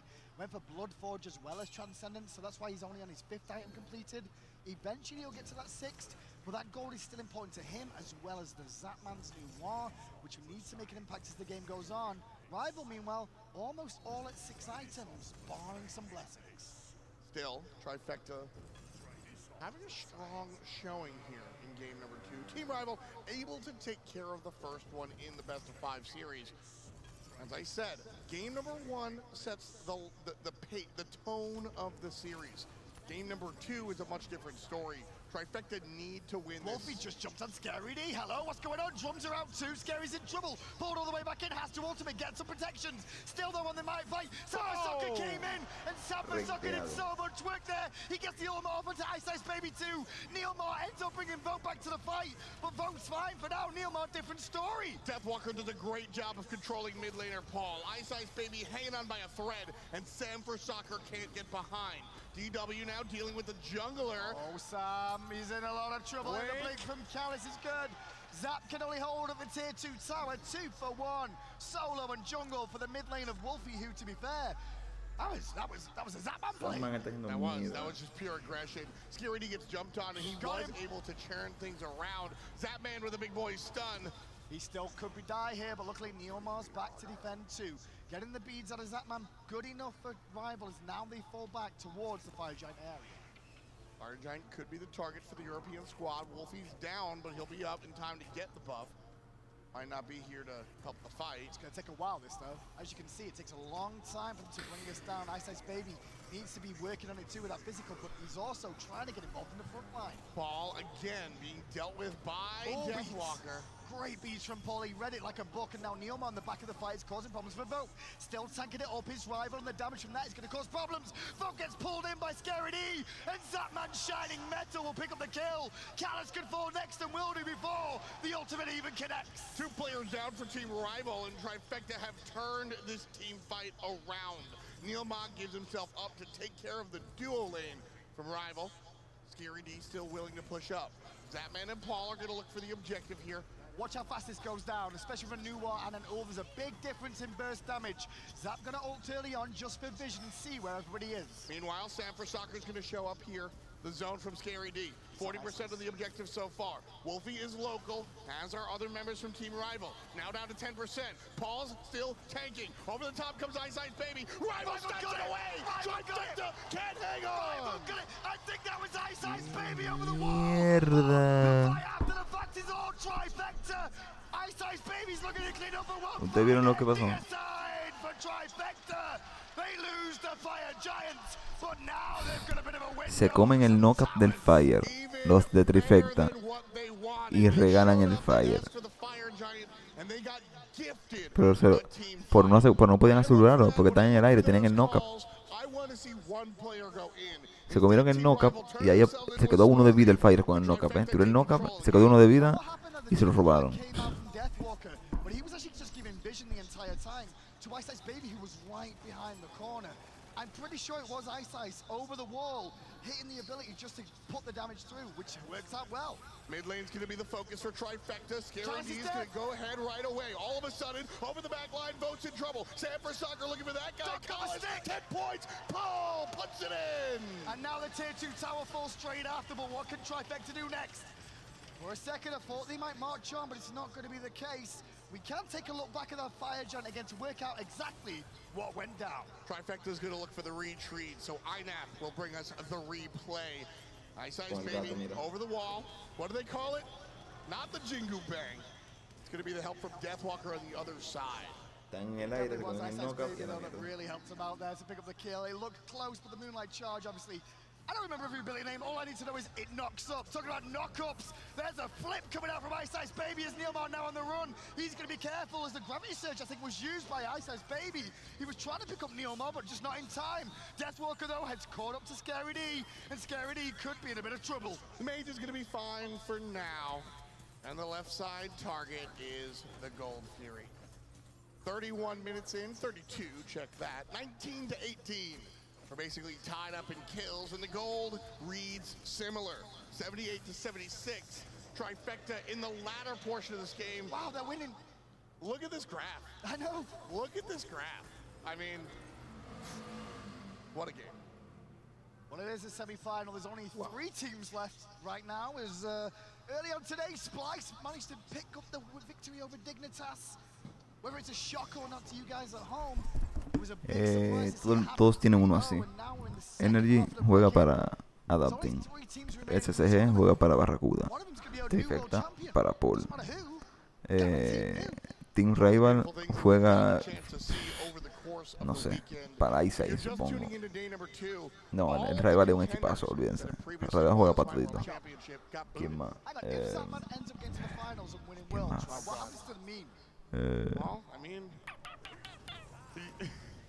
No sé, se me olvidó ya. He said NA ranked will be miserable because that man's just going to mouth off to everybody as a world champion. Bayonator. I think that's the most accurate thing I've seen all weekend. Here though, Trifecta is starting to group up on the left-hand side. Bit of an opportunity here, positional-wise. Pero les encanta mi voz sexy. He's the furthest towards the middle lane, and Wolfie's going to be careful about overextending. But the tier 2 tower is under threat, and new Wars clay minions really do help out for providing bodies to help them in the situation of bringing it down. Nice and easy there for Trifecta. Again, just looking for the individual Paul small es una puta bestia, This is how Rival took game number 1, bit by bit by bit by bit. I mean, this team doesn't even have the Fire Giant. Remember, Rival took it away from them, and they're just Pero me quejaba del Sapman, y Sapman tiene full will. Nuwa, full will es una puta pesadilla. Trifecta though, I love the itemization, which is allowing them to compete with a comp that's in, out, shake it all about, and then make sure you live at the end of the day. Sanford Soccer just traded an item for Oh, I love that. El Circuit se compró el Deathbringer y el Malice. Aush. Al que agarre Circuit se muere. Sépanlo, Bueno, ¿qué más? AQUI para build de siempre. Me gusta la build de AQUI con el mazo. Sylvanus va por slow otra vez. Bueno, vamos a ver. and they're going to be in the fountain looking at a 50-second respawn time. One of the reasons we never saw crit for a while, though, was because of the amount of thorns that were in the game. But at this stage of the game, you can look for that hyper build where you can technically two-shot someone.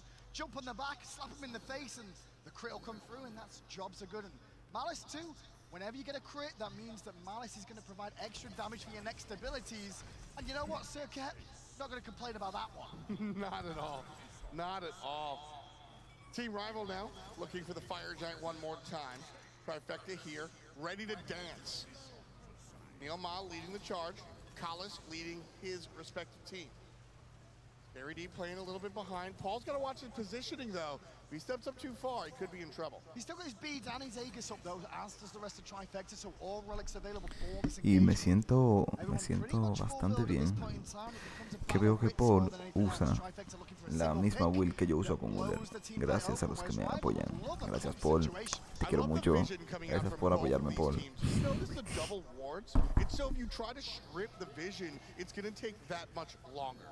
And stripping the vision means that you're going to sit there for such a while that you can get caught out of position. 6 basics. By the collapse that comes through. Scary D slips in there for a second. Magi's Cloak still intact. Talking about those Magi's Cloak, there is now, I believe, 4 of them on the side of Trifecta, if I'm reading that right. 3. My mistake. Trifecta now have wrestled control of the FG pit. Team Rival trying to walk in. Callis is going to blink in. There's Scary D on the front line and Neil Ma all the way on the back. Meanwhile, Callis in a bit of trouble now in the ultimate coming out from Zapman caused a lot of drama. Deathwalker, though, is dealing with both Paul and Zapman as Scary D picks up the tree. Scary D, though, now too far forward, and he'll fall down to Ice Ice Baby. Collis is dead. Paul half alive. Zapman half alive. No ultimates for anybody. On the side of Trifecta, Team Rival certainly very healthy. No, but I love what they're doing now. Rival is sick of trying to do a Fire Giant because they've not got the damage to do it. They don't have a Hunter, so you know what? Ignore that. Let's go get the towers now. Their tanks in the front line are dead. They've only got damage dealers left. If you want to fight us at a tower line, sure, we can take that fight. No problem. Tier 2 on the right-hand side falls. Tier 2 on the left-hand side falls to minions, too, at the exact same time. Fire Giant one more time could be the focus for Team Rival. Oh, don't back. Oh, Sam. I thought for a second he was going to back him like, no, don't do that. I've seen that too many times this week already. In the end, Rival will fall back themselves, however, after the Pyromancer, and the respawns now coming through from Trifecta. A full reset. And everything looks clear in this game. 2020 is the kill count, 37 in. Siempre me para mejorar, creo que siempre. Wrestling back control of the game. I've said both teams have controlled this game a number of times because both teams have controlled this game a number of times. What we're looking at now is Rival just kind of battling it back, taking it from Trifecta and saying, we are going to will ourselves to a game 2. For Trifecta, they need to stop getting caught out. I love how they're splitting their tanks. Neil Ma goes to the back and Scary D looks to suction in the front line. But Team Rival seem to have figured that out and are able to fight a little bit better into what they were losing to 10 minutes ago. Here we go again, then Fire Giant underway. Rival the ones with the focus on it. Deathwalker on zone duty slows down Scary D. Gets the Magi's Cloak off Sam for Soccer. Fire Giant actually goes down the way of Rival, but Rival are now in a bit of a situation. Or is it Trifecta? I'm not so sure. Zapman gets Callis. Sam trying to get away again as quick as he can, but Deathwalker's just too healthy as Vote now manages to get the Freya swinging. Sam for Soccer just gets caught up and controlled. Team Rival take the Fire Giant and they take the death of Sam for Soccer with them. Collis is down, but Team Rival don't seem to care. Scary D down to half HP. Rival seeping into the mid lane. Vote gets stunned, but everybody else pushing forward. Scream for Ice Ice. And under the tower goes Paul. The Aegis keeps him alive for now, but Deathwalker might not be done. Ice Ice Baby with a blink picks up the kill.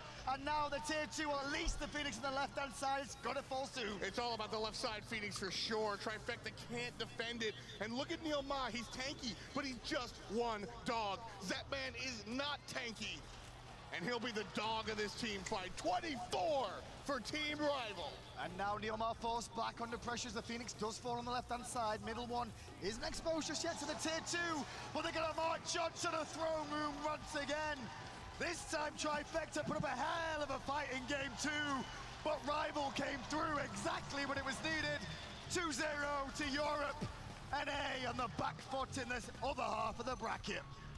Rival have cast many checks off of the back of their adaptation game. Les dije, The ability of this European esta partida team de to Rival identify what the opponent brings dejaron and then mucho fix cosas their own open problems buenas. to usurp that lead is exactly what Alpha Jackal has been able to do with this squad and why they've been so successful over the years.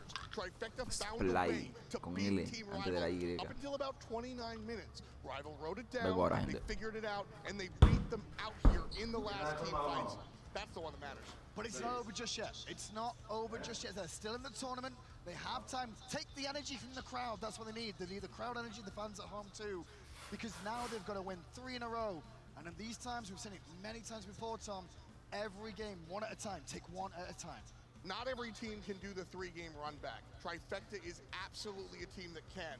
You need the intangibles, the X factor, all of the energy, that stuff that Sam and Paul have brought. The regular season, the placement round. It's now time for them to step up and do it here at finals. Is the dream about to end though? Is that, I mean, at the end of the day, story tales are made and lost, but is this really gonna happen? Y'all know me. I call it as I see it. Any other team here, except for Dignitas, I would say it's over. Trifecta, they absolutely can bring it home. Let's find out the story continues on the desk, though. Has to break down game 2 as we look forward to game 3. Thank you so much, Hindu Man. And it seems like FDOT's still confident that Trifecta could potentially have this, but after that win right there, it looked like it was an even game. And like FDOT was saying, until the 20-minute mark, it was Trifecta's game, but Rival was always just patient and calm. They were. Ice Baby on the Willish doing a fantastic job countering that Fire Giant steal towards the late game.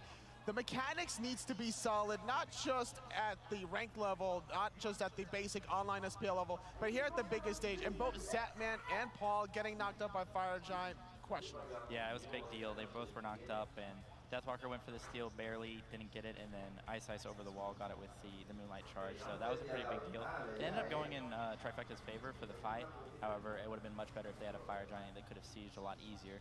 But what should they have done then? Because that could have been their advantage, right? Even though they didn't get the Fire Giant, what should they have done differently to get a bigger lead? I think that they kind of neglected the anti-healing. It was Sanford Soccer picking up the Brawler Speed Stick around the 22-minute mark. He does have last breath for the anti-healing, but no one else picked anything up. There was no cursed Aug, so there a lot of sustain coming through from Callus on the Sylvanas. And even on Deathwalker, he went the Soul Eater Glad Shield build, which makes you pretty squishy if you have some anti-heal. It's obviously no sustain coming through there.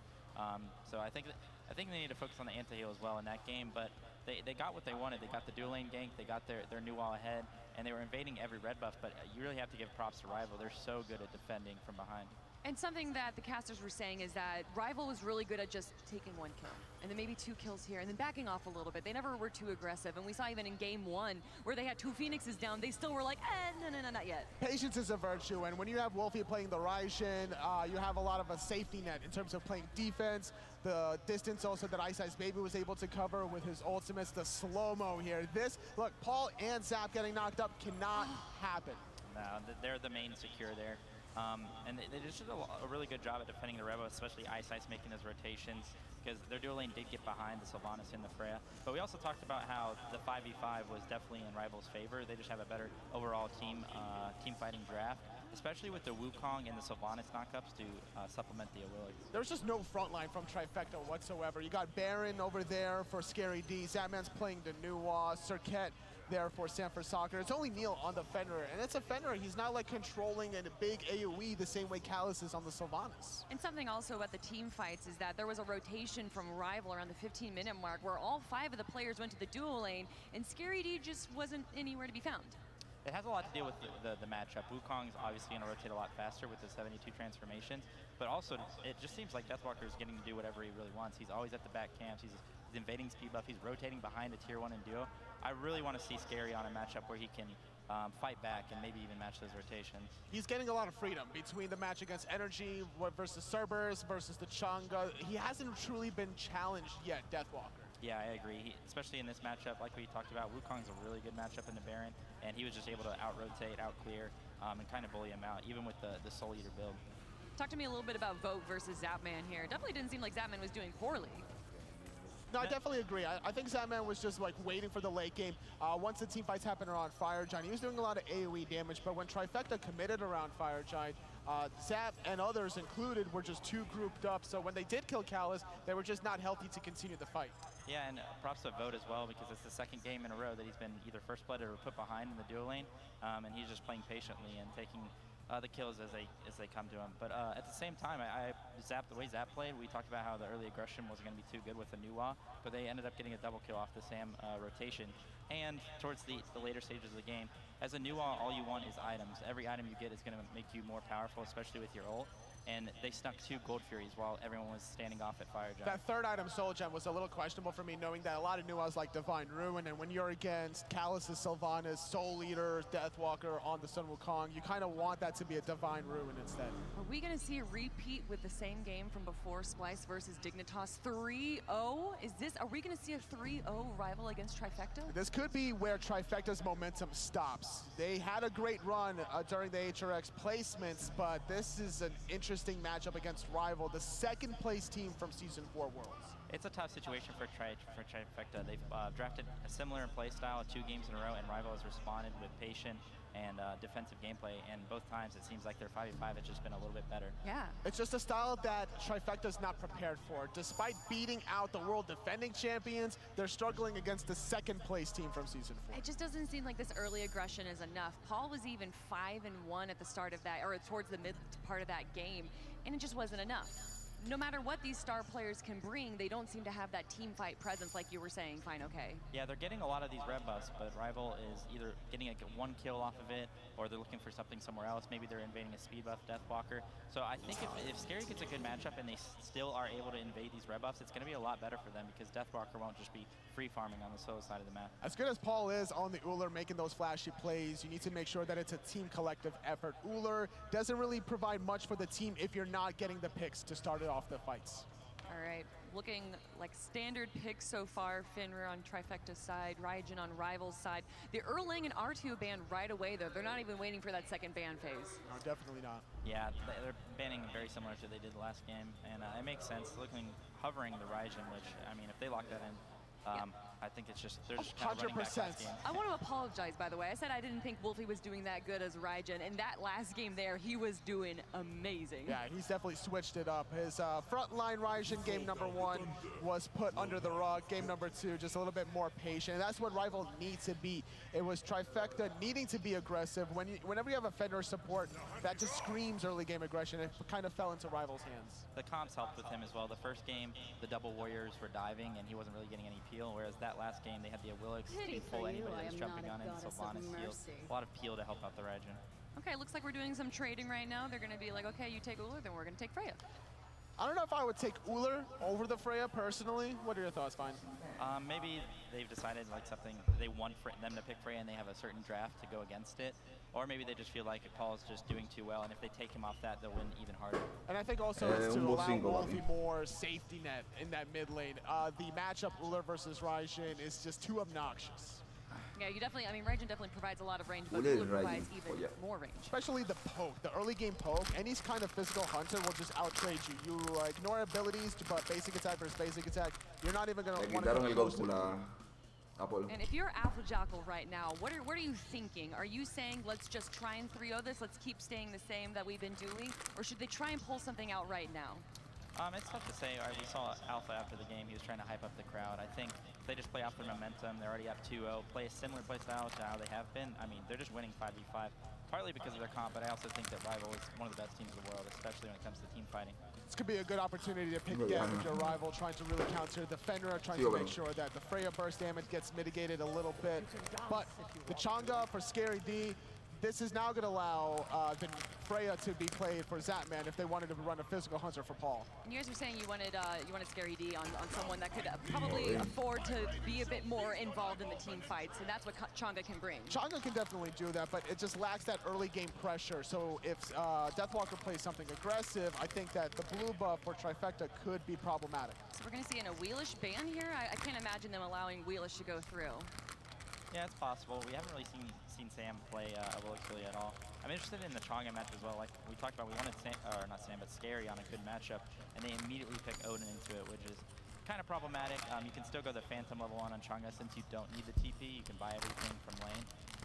But it's still a little bit sketchy, and I wouldn't be surprised if we saw Deathwalker and Odin. It's one of his favorite picks. He likes to flex a lot, so it'd be not surprising to me either if the Odin pick, and it's a great counter matchup. There's no healing allowed, so not only does Chang'e not sustain, but Freya, if you get the magical lifesteal items. So you think this is going to be Odin solo, but they just banned out Sun Wukong? It's possible. Trifecta just knows that it's a flex, so they don't want to deal with Wukong. They felt like it just had too much rotational ability and everything. There's nothing more frustrating than a Sun Wukong who's at 5% health and then ult. Decoy also smacking you in the face on top of that. Tanks towers, tanks objectives for you. He hits one wave with the Soul Eater, and he goes from 10% health to like 40% health. So it's pretty crazy to sustain. Robin being banned out from Rival, and the final ban is a Wheelish right there, not wanting to deal with any kind of jump and pulls. But moving on to the second phase of picks, and Pele finally being picked. I was going to mention that Pele was available, and with the ban of Robin, that could have been a pick for Ice Ice Baby. But knowing Ice Ice, he also likes the Odin, so it was difficult to kind of pinpoint where that's going. Why did we see Pele a lot during the placement matches, but not really during this part of the Smite World Championships? I think a lot of it also is just you want more utility. Like Pele does a lot of damage and a lot of surprise factor, but teams are starting to make these adaptations where as long as you have the vision and you know where Pele is going, you could just retreat. She also doesn't bring the same amount of CC that a lot of these other junglers do, like Serket or Lin, things like that. And we still don't really know whether it's Pele jungle and Odin solo, or it could be Pele solo. We've seen Deathwalker play that a few times, and he plays it on stream. And it's not too bad of a matchup in the Chang'e, so. Look at this, they're doing the same thing though? Well, Hunbats with Chang'e, a lot of teamfight control, the Fear No Evil Waxing Moon. I'd be scared if I'm Rival in these little jungle corridor engagements. We just saw this game too with this early aggression for Trifecta, and it just didn't really do anything. Well, to me, Trifecta's composition is more mid-game focused, mid to late. Like Fenrir is early game, but outside of the Fenrir, everything else seems to be mid to late. Okay. Yeah, their team fight 5v5 is a lot better this game as opposed to the last two games. But Rival is locking in Zhonghui last pick, and I'm pretty sure that's going to Deathwalker. A Zhonghui solo. It should be Odin support, Pele jungle, Zhonghui solo. Well, tell me about this Zhonghui versus Chang'e matchup then, because I don't think I've ever seen that in the solo lane. It's very skill dependent, honestly. It's one of the closer matchups. It kind of just depends on who gets the better sustain in lane and who gets the better poke. It just feels like it's more passive in the 1v1, and what's more dependent is the jungler rotations to make the first impact. All right, gentlemen, this could potentially be the last semifinals game. Looking at these two comps, already knowing Rival is up 2-0, who do you give it to? Rival. I want to see a game 4. I'm going to Trifecta. You're just out of the hope, but if you're not wanting a game 4, not even looking at it, looking at the comps. Rival, probably. All right, well, we're going to be jumping into the potentially final game of the semifinals today. Gentlemen, casters, is this going to be it for the semifinals? I don't know, but to be fair, in the world of Smite semi-finals, Tom, we don't get 2-3-0s. That's not normal. Normally it's the finals that can be on one side of the fair, but semis generally can go the distance. Ain't nothing normal about this weekend, Hindu man. Tell me about it. I think we might be seeing a 3-0. Listen. I think Toli nailed it on the desk. Toli asked for more team fight presence out of Paul. Yep. He's doing the Uller thing. He's doing the individual superstar thing. Sure. But Toli nailed it. Play a damn mage. Give Paul something that's going to have presence in a team fight. But what? That's the issue, because Freya's really dominant right now, and Raijin keeps getting stripped away from him all the time. He's got a huge god pool. He can play a whole bunch of stuff. I maintain that Paul looking for these individual picks worked earlier on in the season and the tournament. But this is all, you are against the team's team. Team Rival is the team of, it's the Voltron. Do you know what, though? I want another game. So I'm going to say something I've never said before, and this will probably be the last time I ever say this. Can we get a USA chant in the crowd? Oh my God. No? Okay, cool. That worked out really well. Sweet power. Everyone's on the side of EU, quite clearly. ¿Por They qué? go home early, so do I, man. That works out perfectly. Is it because I'm British that I can't say, can we get a USA chant? Because that's the only chant you guys have got, right? Hey, watch this. Si Trifecta pasaba Can I get a USA e chant? iba con uno de Evo, iba a perder Trifecta. Get wrecked, Hindu man. Get wrecked, Hindu man. Well, I hope Rival win now, you scumbags. That's what you get. Yeah, It's the like anti pantomime up here now. Oh, you've started. Anti-Hindu man chant. That's the way I like to start a game. Realistically, Trifecta's mid laner already getting walked down. Ice Baby shows up. What a great use of the Aegis. I'll tell you what, he was out of position, but that was lucky enough that he escapes for now, but Rival already auto pressure already. Listen, I'll be honest, I want a game 4 as well, but I don't know. I think Trifecta needed to have a little bit more team fight presence. This is, so Freya is more of the carry god. Here comes Trifecta in the middle lane. He jumps into death. Sapasaka gets a double kill. And Trifecta, 4 men in the mid lane, takes down 2 members of Rival. That's the start they needed. And this is how Trifecta need to play. Trifecta tiene muy buen early game, muy buen early game. Down in the book, and then they counter it. Trifecta right there took a page out of that book from Team Rival. Ah, sí, pantalla completa. Red buff invaded a number of times, and this time Trifecta was waiting. Frey in the mid lane over the book of top that we've seen quite a few times here for Paul. So far, Son Walker, cállate. seen him on the ul. Well, this time around playing the Freya in this position, he's been around before. And so what I was getting at was if you give Paul a mage, Vulcan, or one of these team fight oriented characters, he can play the team fights a little bit better, which is what Rival are looking for. Paul being the guy and dunking on everybody hasn't worked in the late game. Now, oh, Sam, what you doing, Sam? Callis, watch your back. Vote under pressure, knocked him in the air. Overhand slam connects. Still pressure onto Vote as he leaps into the fight. Sam gets a 3rd kill of the game. With that, let's also look back at Sam's first 2 kills on the Respawn First Blood. Got a fantastic secondary look at this one. And yeah, this was just Sanford Soccer taking advantage of Team Rival and Trifecta understanding the play from Rival. The jump comes through and gets the slowdown, and then the rest is just big boy damage. Sammy slams it down there, gets it with the basic attack after the fact. 2 for the Jungle Monkey. I'm not sure about Wolfie there because he jumps in to try and help out his jungler. In doing so, he puts himself at risk, and I don't think he realized there was an additional member there. Trifecta now though, up by 3 kills and about 1,000 gold. Start to get aggressive towards the jungle, but this time round the door is closed by the fact that Pele and Raijin were already there. I think I might get a chance to finish my Paul statement now. Eventually. So, if he's going to play the individual pit guy, like just give him the ball, Uller was doing it in the mid game, but then was being taken over by the traditional mages in the late game. Now with Rival tiene mejor teamfight, siempre tiene mejor teamfight. And this only works if Trifecta snowballs everything in their area. Guess what they're doing right now, Hindu? Trying to snowball everything in their area, sure. They've got the 3 kills already. This is the lead that you want to see if you're rooting for Zapman, Nilma, Paul, Sam, and Scary D. I'm a little bit worried though when it gets to team fights from Rival because every single one of those gods is a threat. Yep. Not just terms of, well, survivability, but damage as well. Every single one of them is going to cause problems. Even the Odin, the Bird Bomb causes problems, the Ring causes problems. Then you got a Jean-Qui that's got Ghost, and when you try to run from Ghost, the next minute you walk on the corner, and there's a freaking Pele. This is not easy to deal with. The Jean-Qui was one of the more problematic selections, I think, for Trifecta.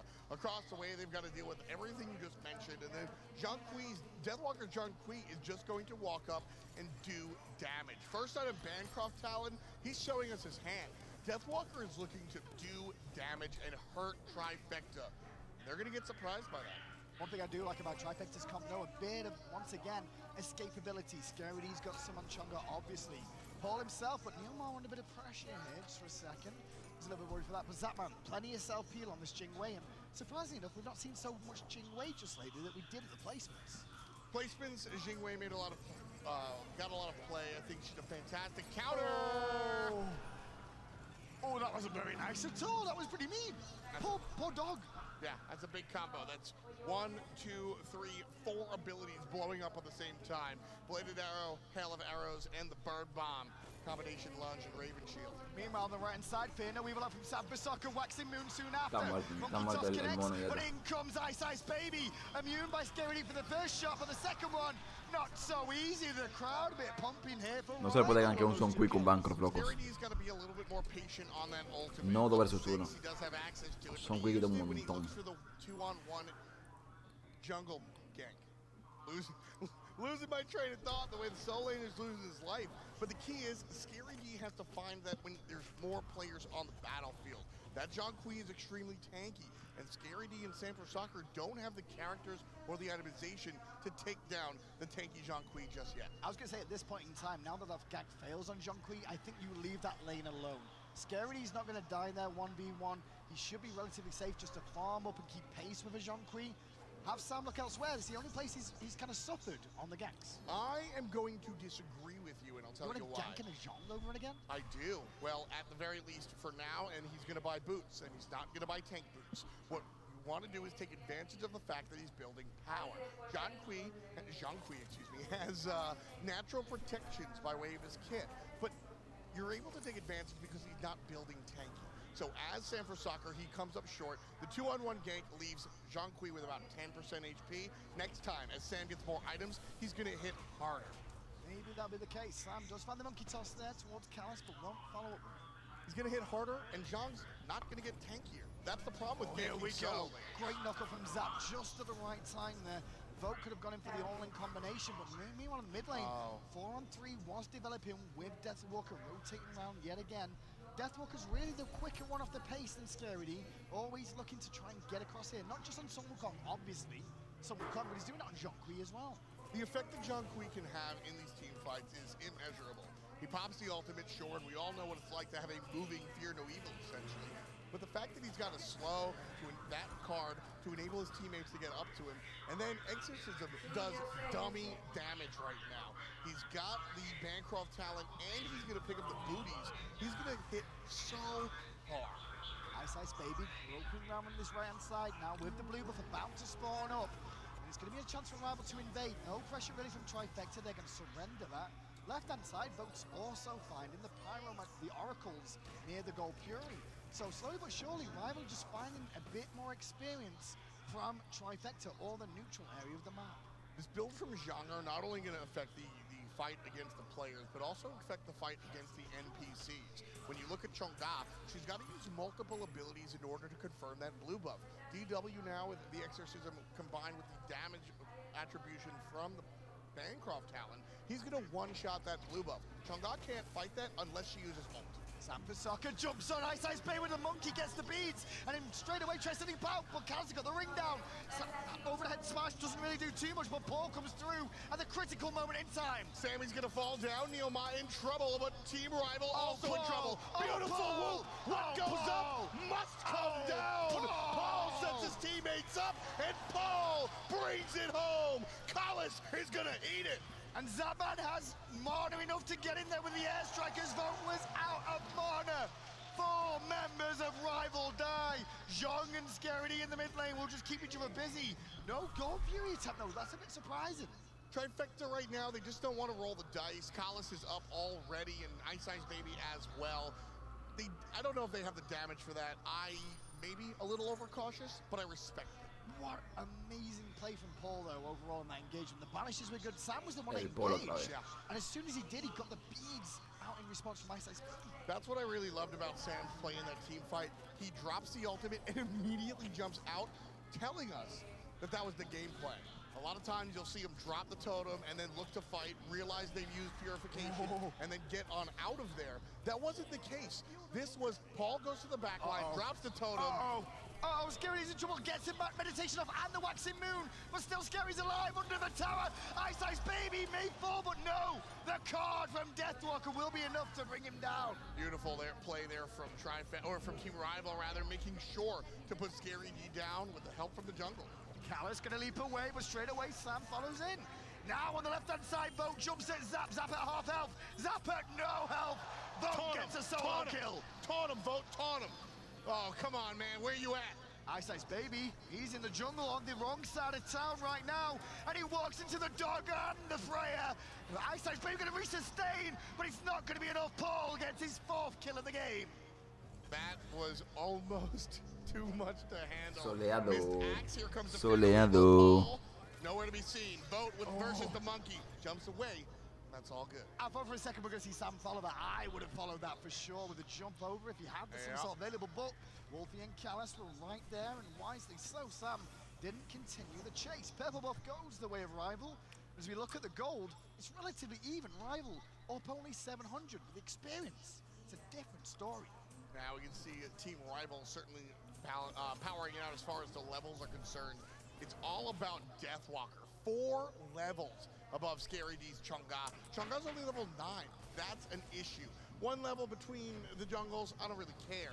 But Deathwalker is at least matched up with Paul. Paul's 2 levels above Wolfie, and he's going to be able to utilize that. But the difference is Deathwalker's on a team fight mage. The prowess and the presence from the AQUI being 3 levels ahead is going to be more than Paul's Freya in the mid game up 2 levels. Vote has no beats here, but he lands a beautiful axe in response to Neilmar. I actually thought they wouldn't have gone for a pick, but no Ragnarok was available either. Keeps Vote in check for the time being. Those beads still down for another 90 seconds. That man's Jingwei has been a conversation piece for a long time. Oof, going a little bit off there. And I love Zatman's ability to farm with this character. The Jingwei passive allows her to pick up those back camps a little bit more often. It allows her to be a little bit more aggressive so she can go back to the fountain to get back to lane. The problem is it's not doing what it's supposed to do here. Vote has a lead against Zap's Jingwei, and that just shouldn't happen.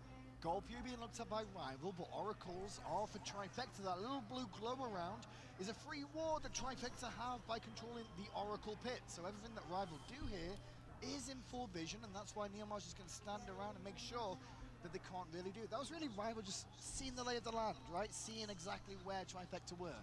That's the proverbial brick through a window. Trying to see how quickly the opponent's going to come through and look at the objective. Throw the brick through the window and see the response time of the first responders. Trifecta's there. They have Oracle vision. Team Rival realize that's just not in the cards. They walk away. Meanwhile, there's not much going on the map at the moment. Everyone just looking to farm out, looking for the level 12. So important in Smite to hit level 12. The first one's important to get your ultimate at level 5, but then you want your secondary relic, and right now, Scary D wishes he had this second relic as he's being run down by Ice Ice Baby. The Waxing Moon's gone, and that is the strength of Pele in the jungle. What do you do? Ice Ice Baby just hits W and left click. What do you do there? The answer for Scary D is absolutely nothing. Still 2 levels down, so shortening his lead a little bit, but Deathwalker is certainly in control of this side lane. And that tier 1 tower on the right has already fallen down for Scary D now because of the pressure coming from Ice Ice Baby to keep this Chonga pinned down in the early game and give Deathwalker the lane that he's after. 3 level advantage now. And whenever he turns up to these team fights, he's going to cause another additional problem for Trifecta to deal with. Trifecta lurking in the jungle. Neilmar's here. Collis knows it, so no over-aggression from either of our hunters. Paul knows Deathwalker's lurking in the jungle, so he's not going to leave his tower either. A little bit careful play from Trifecta. That'll open up Team Rival to look for the Gold Fury one more time. Trifecta no longer have that vision. The Oracle vision is not in Trifecta's favor. It's actually in Team Rival's favor. That's going to open the door for the Europeans to look for the objective. Deathwalker already over from the solo lane 2 on zone work at the moment, and Neilmar already lost half his health. They pick up the AQUI. AQUI forced the beads in response. Round the back comes Sam for Soccer, but the Gold Fury's already gone to Rival. Deathwalker may fall. No, he'll slip the noose just in time. Sam for Soccer gets away. Trifecta just watch that go down. And that's one of those that Team Rival just did a fantastic job of zoning. Trifecta tried to get in there, but Rival didn't let him. Paul needs some help right now. He's got no ultimate, he's got no life. Ice Ice Baby again is starting to take this game by the scruff of the neck with Pele. We don't see her that often in this tournament so far, but we know she's got so much mobility and damage to resustain after the fact. It's going to cause problems for Trifecta. Team Rival are trying to win this game the old-fashioned way. On the right side of their map, Jungle and the solo laner look to get extreme leads and then just sort of carry the game from there until it's late game and the mid laner just mages out. You've got level 15 on the AQUI who built largely hybrid damage. This Legion helmet is the first pure defensive item we've got. Pure damage, hybrid damage, and now defense. Very non-traditional for a solo laner, but effective it certainly is. #1 on the player damage. #1 in the team fight presence as far as I'm concerned. The only one close is Pele, and she's gotten a number of solo kills. It's about 3,000 gold now in favor of Rival. And if you actually look at the play damage, I want to see actually experience for them in gold for the individuals. Because at the moment it's 3,000 in favor of Rival, 5,500 experience, and all that matters at only 15 minutes in. Rival gana de paliza. La finale, Splyce contra Rival. Right now, Trifecta certainly needs that experience. They have evened up in the mid lane, so that was sort of their saving grace. Paul was ahead, while Deathwalker was ahead on the other side. Now Paul's not ahead, and DW still has that lead. Do you reckon coming into this, though, this has always been the story, like Rival are going to go back to finals like last year and try and correct what they saw as an issue where they lost that best-of-5 against United? I mean, this is really the question about consistent energy or a huge catalyst, right? Team Rival has had this sort of steam locomotive play the entire time, whereas Trifecta just hit the NOS button here in the last split. Es muy seguro, yo lo dije. So the question that Trifecta no pasa de aquí. is Team Rival's consistent. Si ganaba Trifecta, no pasaba. Si ganaba United, tal vez. Going to reign supreme, or is Trifecta's lightning in a bottle the one that comes up on top? For 2 games, it's been Team Rival. This third one looks like it could be the same. It goes Sam with a blink, but there's only 3 members here with him with the Fear No Evil. Deathwalker, though, pulled under the tower and immediately afterwards gets his ultimate off.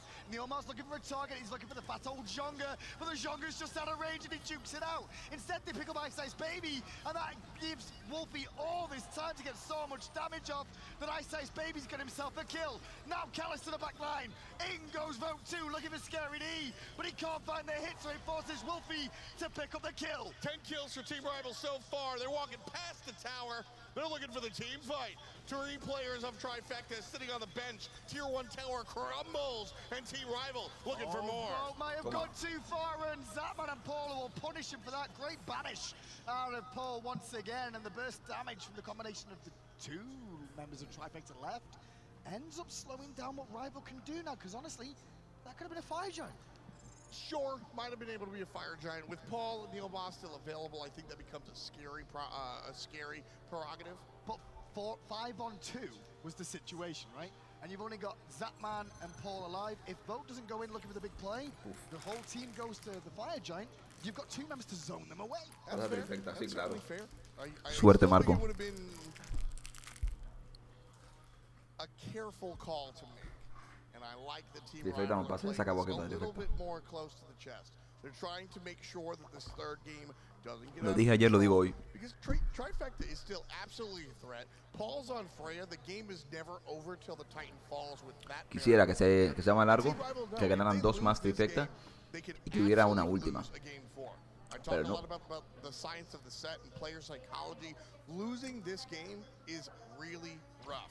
A lot of times, if the team that wins game number 3 can also win game number 4 if need be, and then you wind up in a singleton in game 5.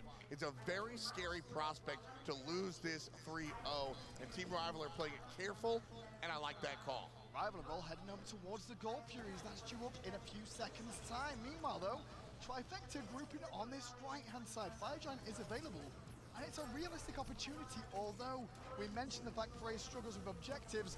Neilmar might struggle with Pele. Ultimate or ultimate. Ice Ice Baby actually doesn't use his, or is it just still on the lightning hands? He's still got the lightning hands for a second, I believe, by looking at what he used there. We'll find out if it ended up causing a problem. Gold Fury is open here. Vote's going to be over there straight away. Minions on the left-hand side, and Sampa's shot showing presence in right means this could be potentially free for Lions. This is absolutely free. Jingwei is nowhere close enough. That's a bad play by Trifecta. That is just an oversight that cannot happen on the world stage. You need the vision, you need the presence, and Trifecta just have neither. And because of that, Team Rival take the objective, find themselves up 6,000 gold. Are you really upset about the Gold Fury though? Because I personally am not. I'm okay with them just trying to farm up and realize the last engagement they had didn't go well. But they did start it 3-on-5, which is one of the reasons I feel it didn't go so well in that mid lane. The Gold Fury that takes you from 2,000 to 3,000 to 5,000 or 6,000 is one of the most important Gold Furies in the game. When you're down 2K, nobody cares. If you lose a Gold Fury after a hard-fought team fight or even by surprise, it's fine when you're tied up because it's just one step behind. When you're already one step behind and then they get a Gold Fury, especially when it's free like that, that's an issue. Because one, it tells me that you're just not, your board presence isn't there. You've got to be mindful of these objectives. And without that knowledge, without that head in the game attitude, Trifecta looks slovenly. Whether or not that's the truth, Rival are going to internalize that and look to take advantage of it. At the Fire Giant, they're in the pit right now. 2 members on the left-hand side for Trifecta. Look.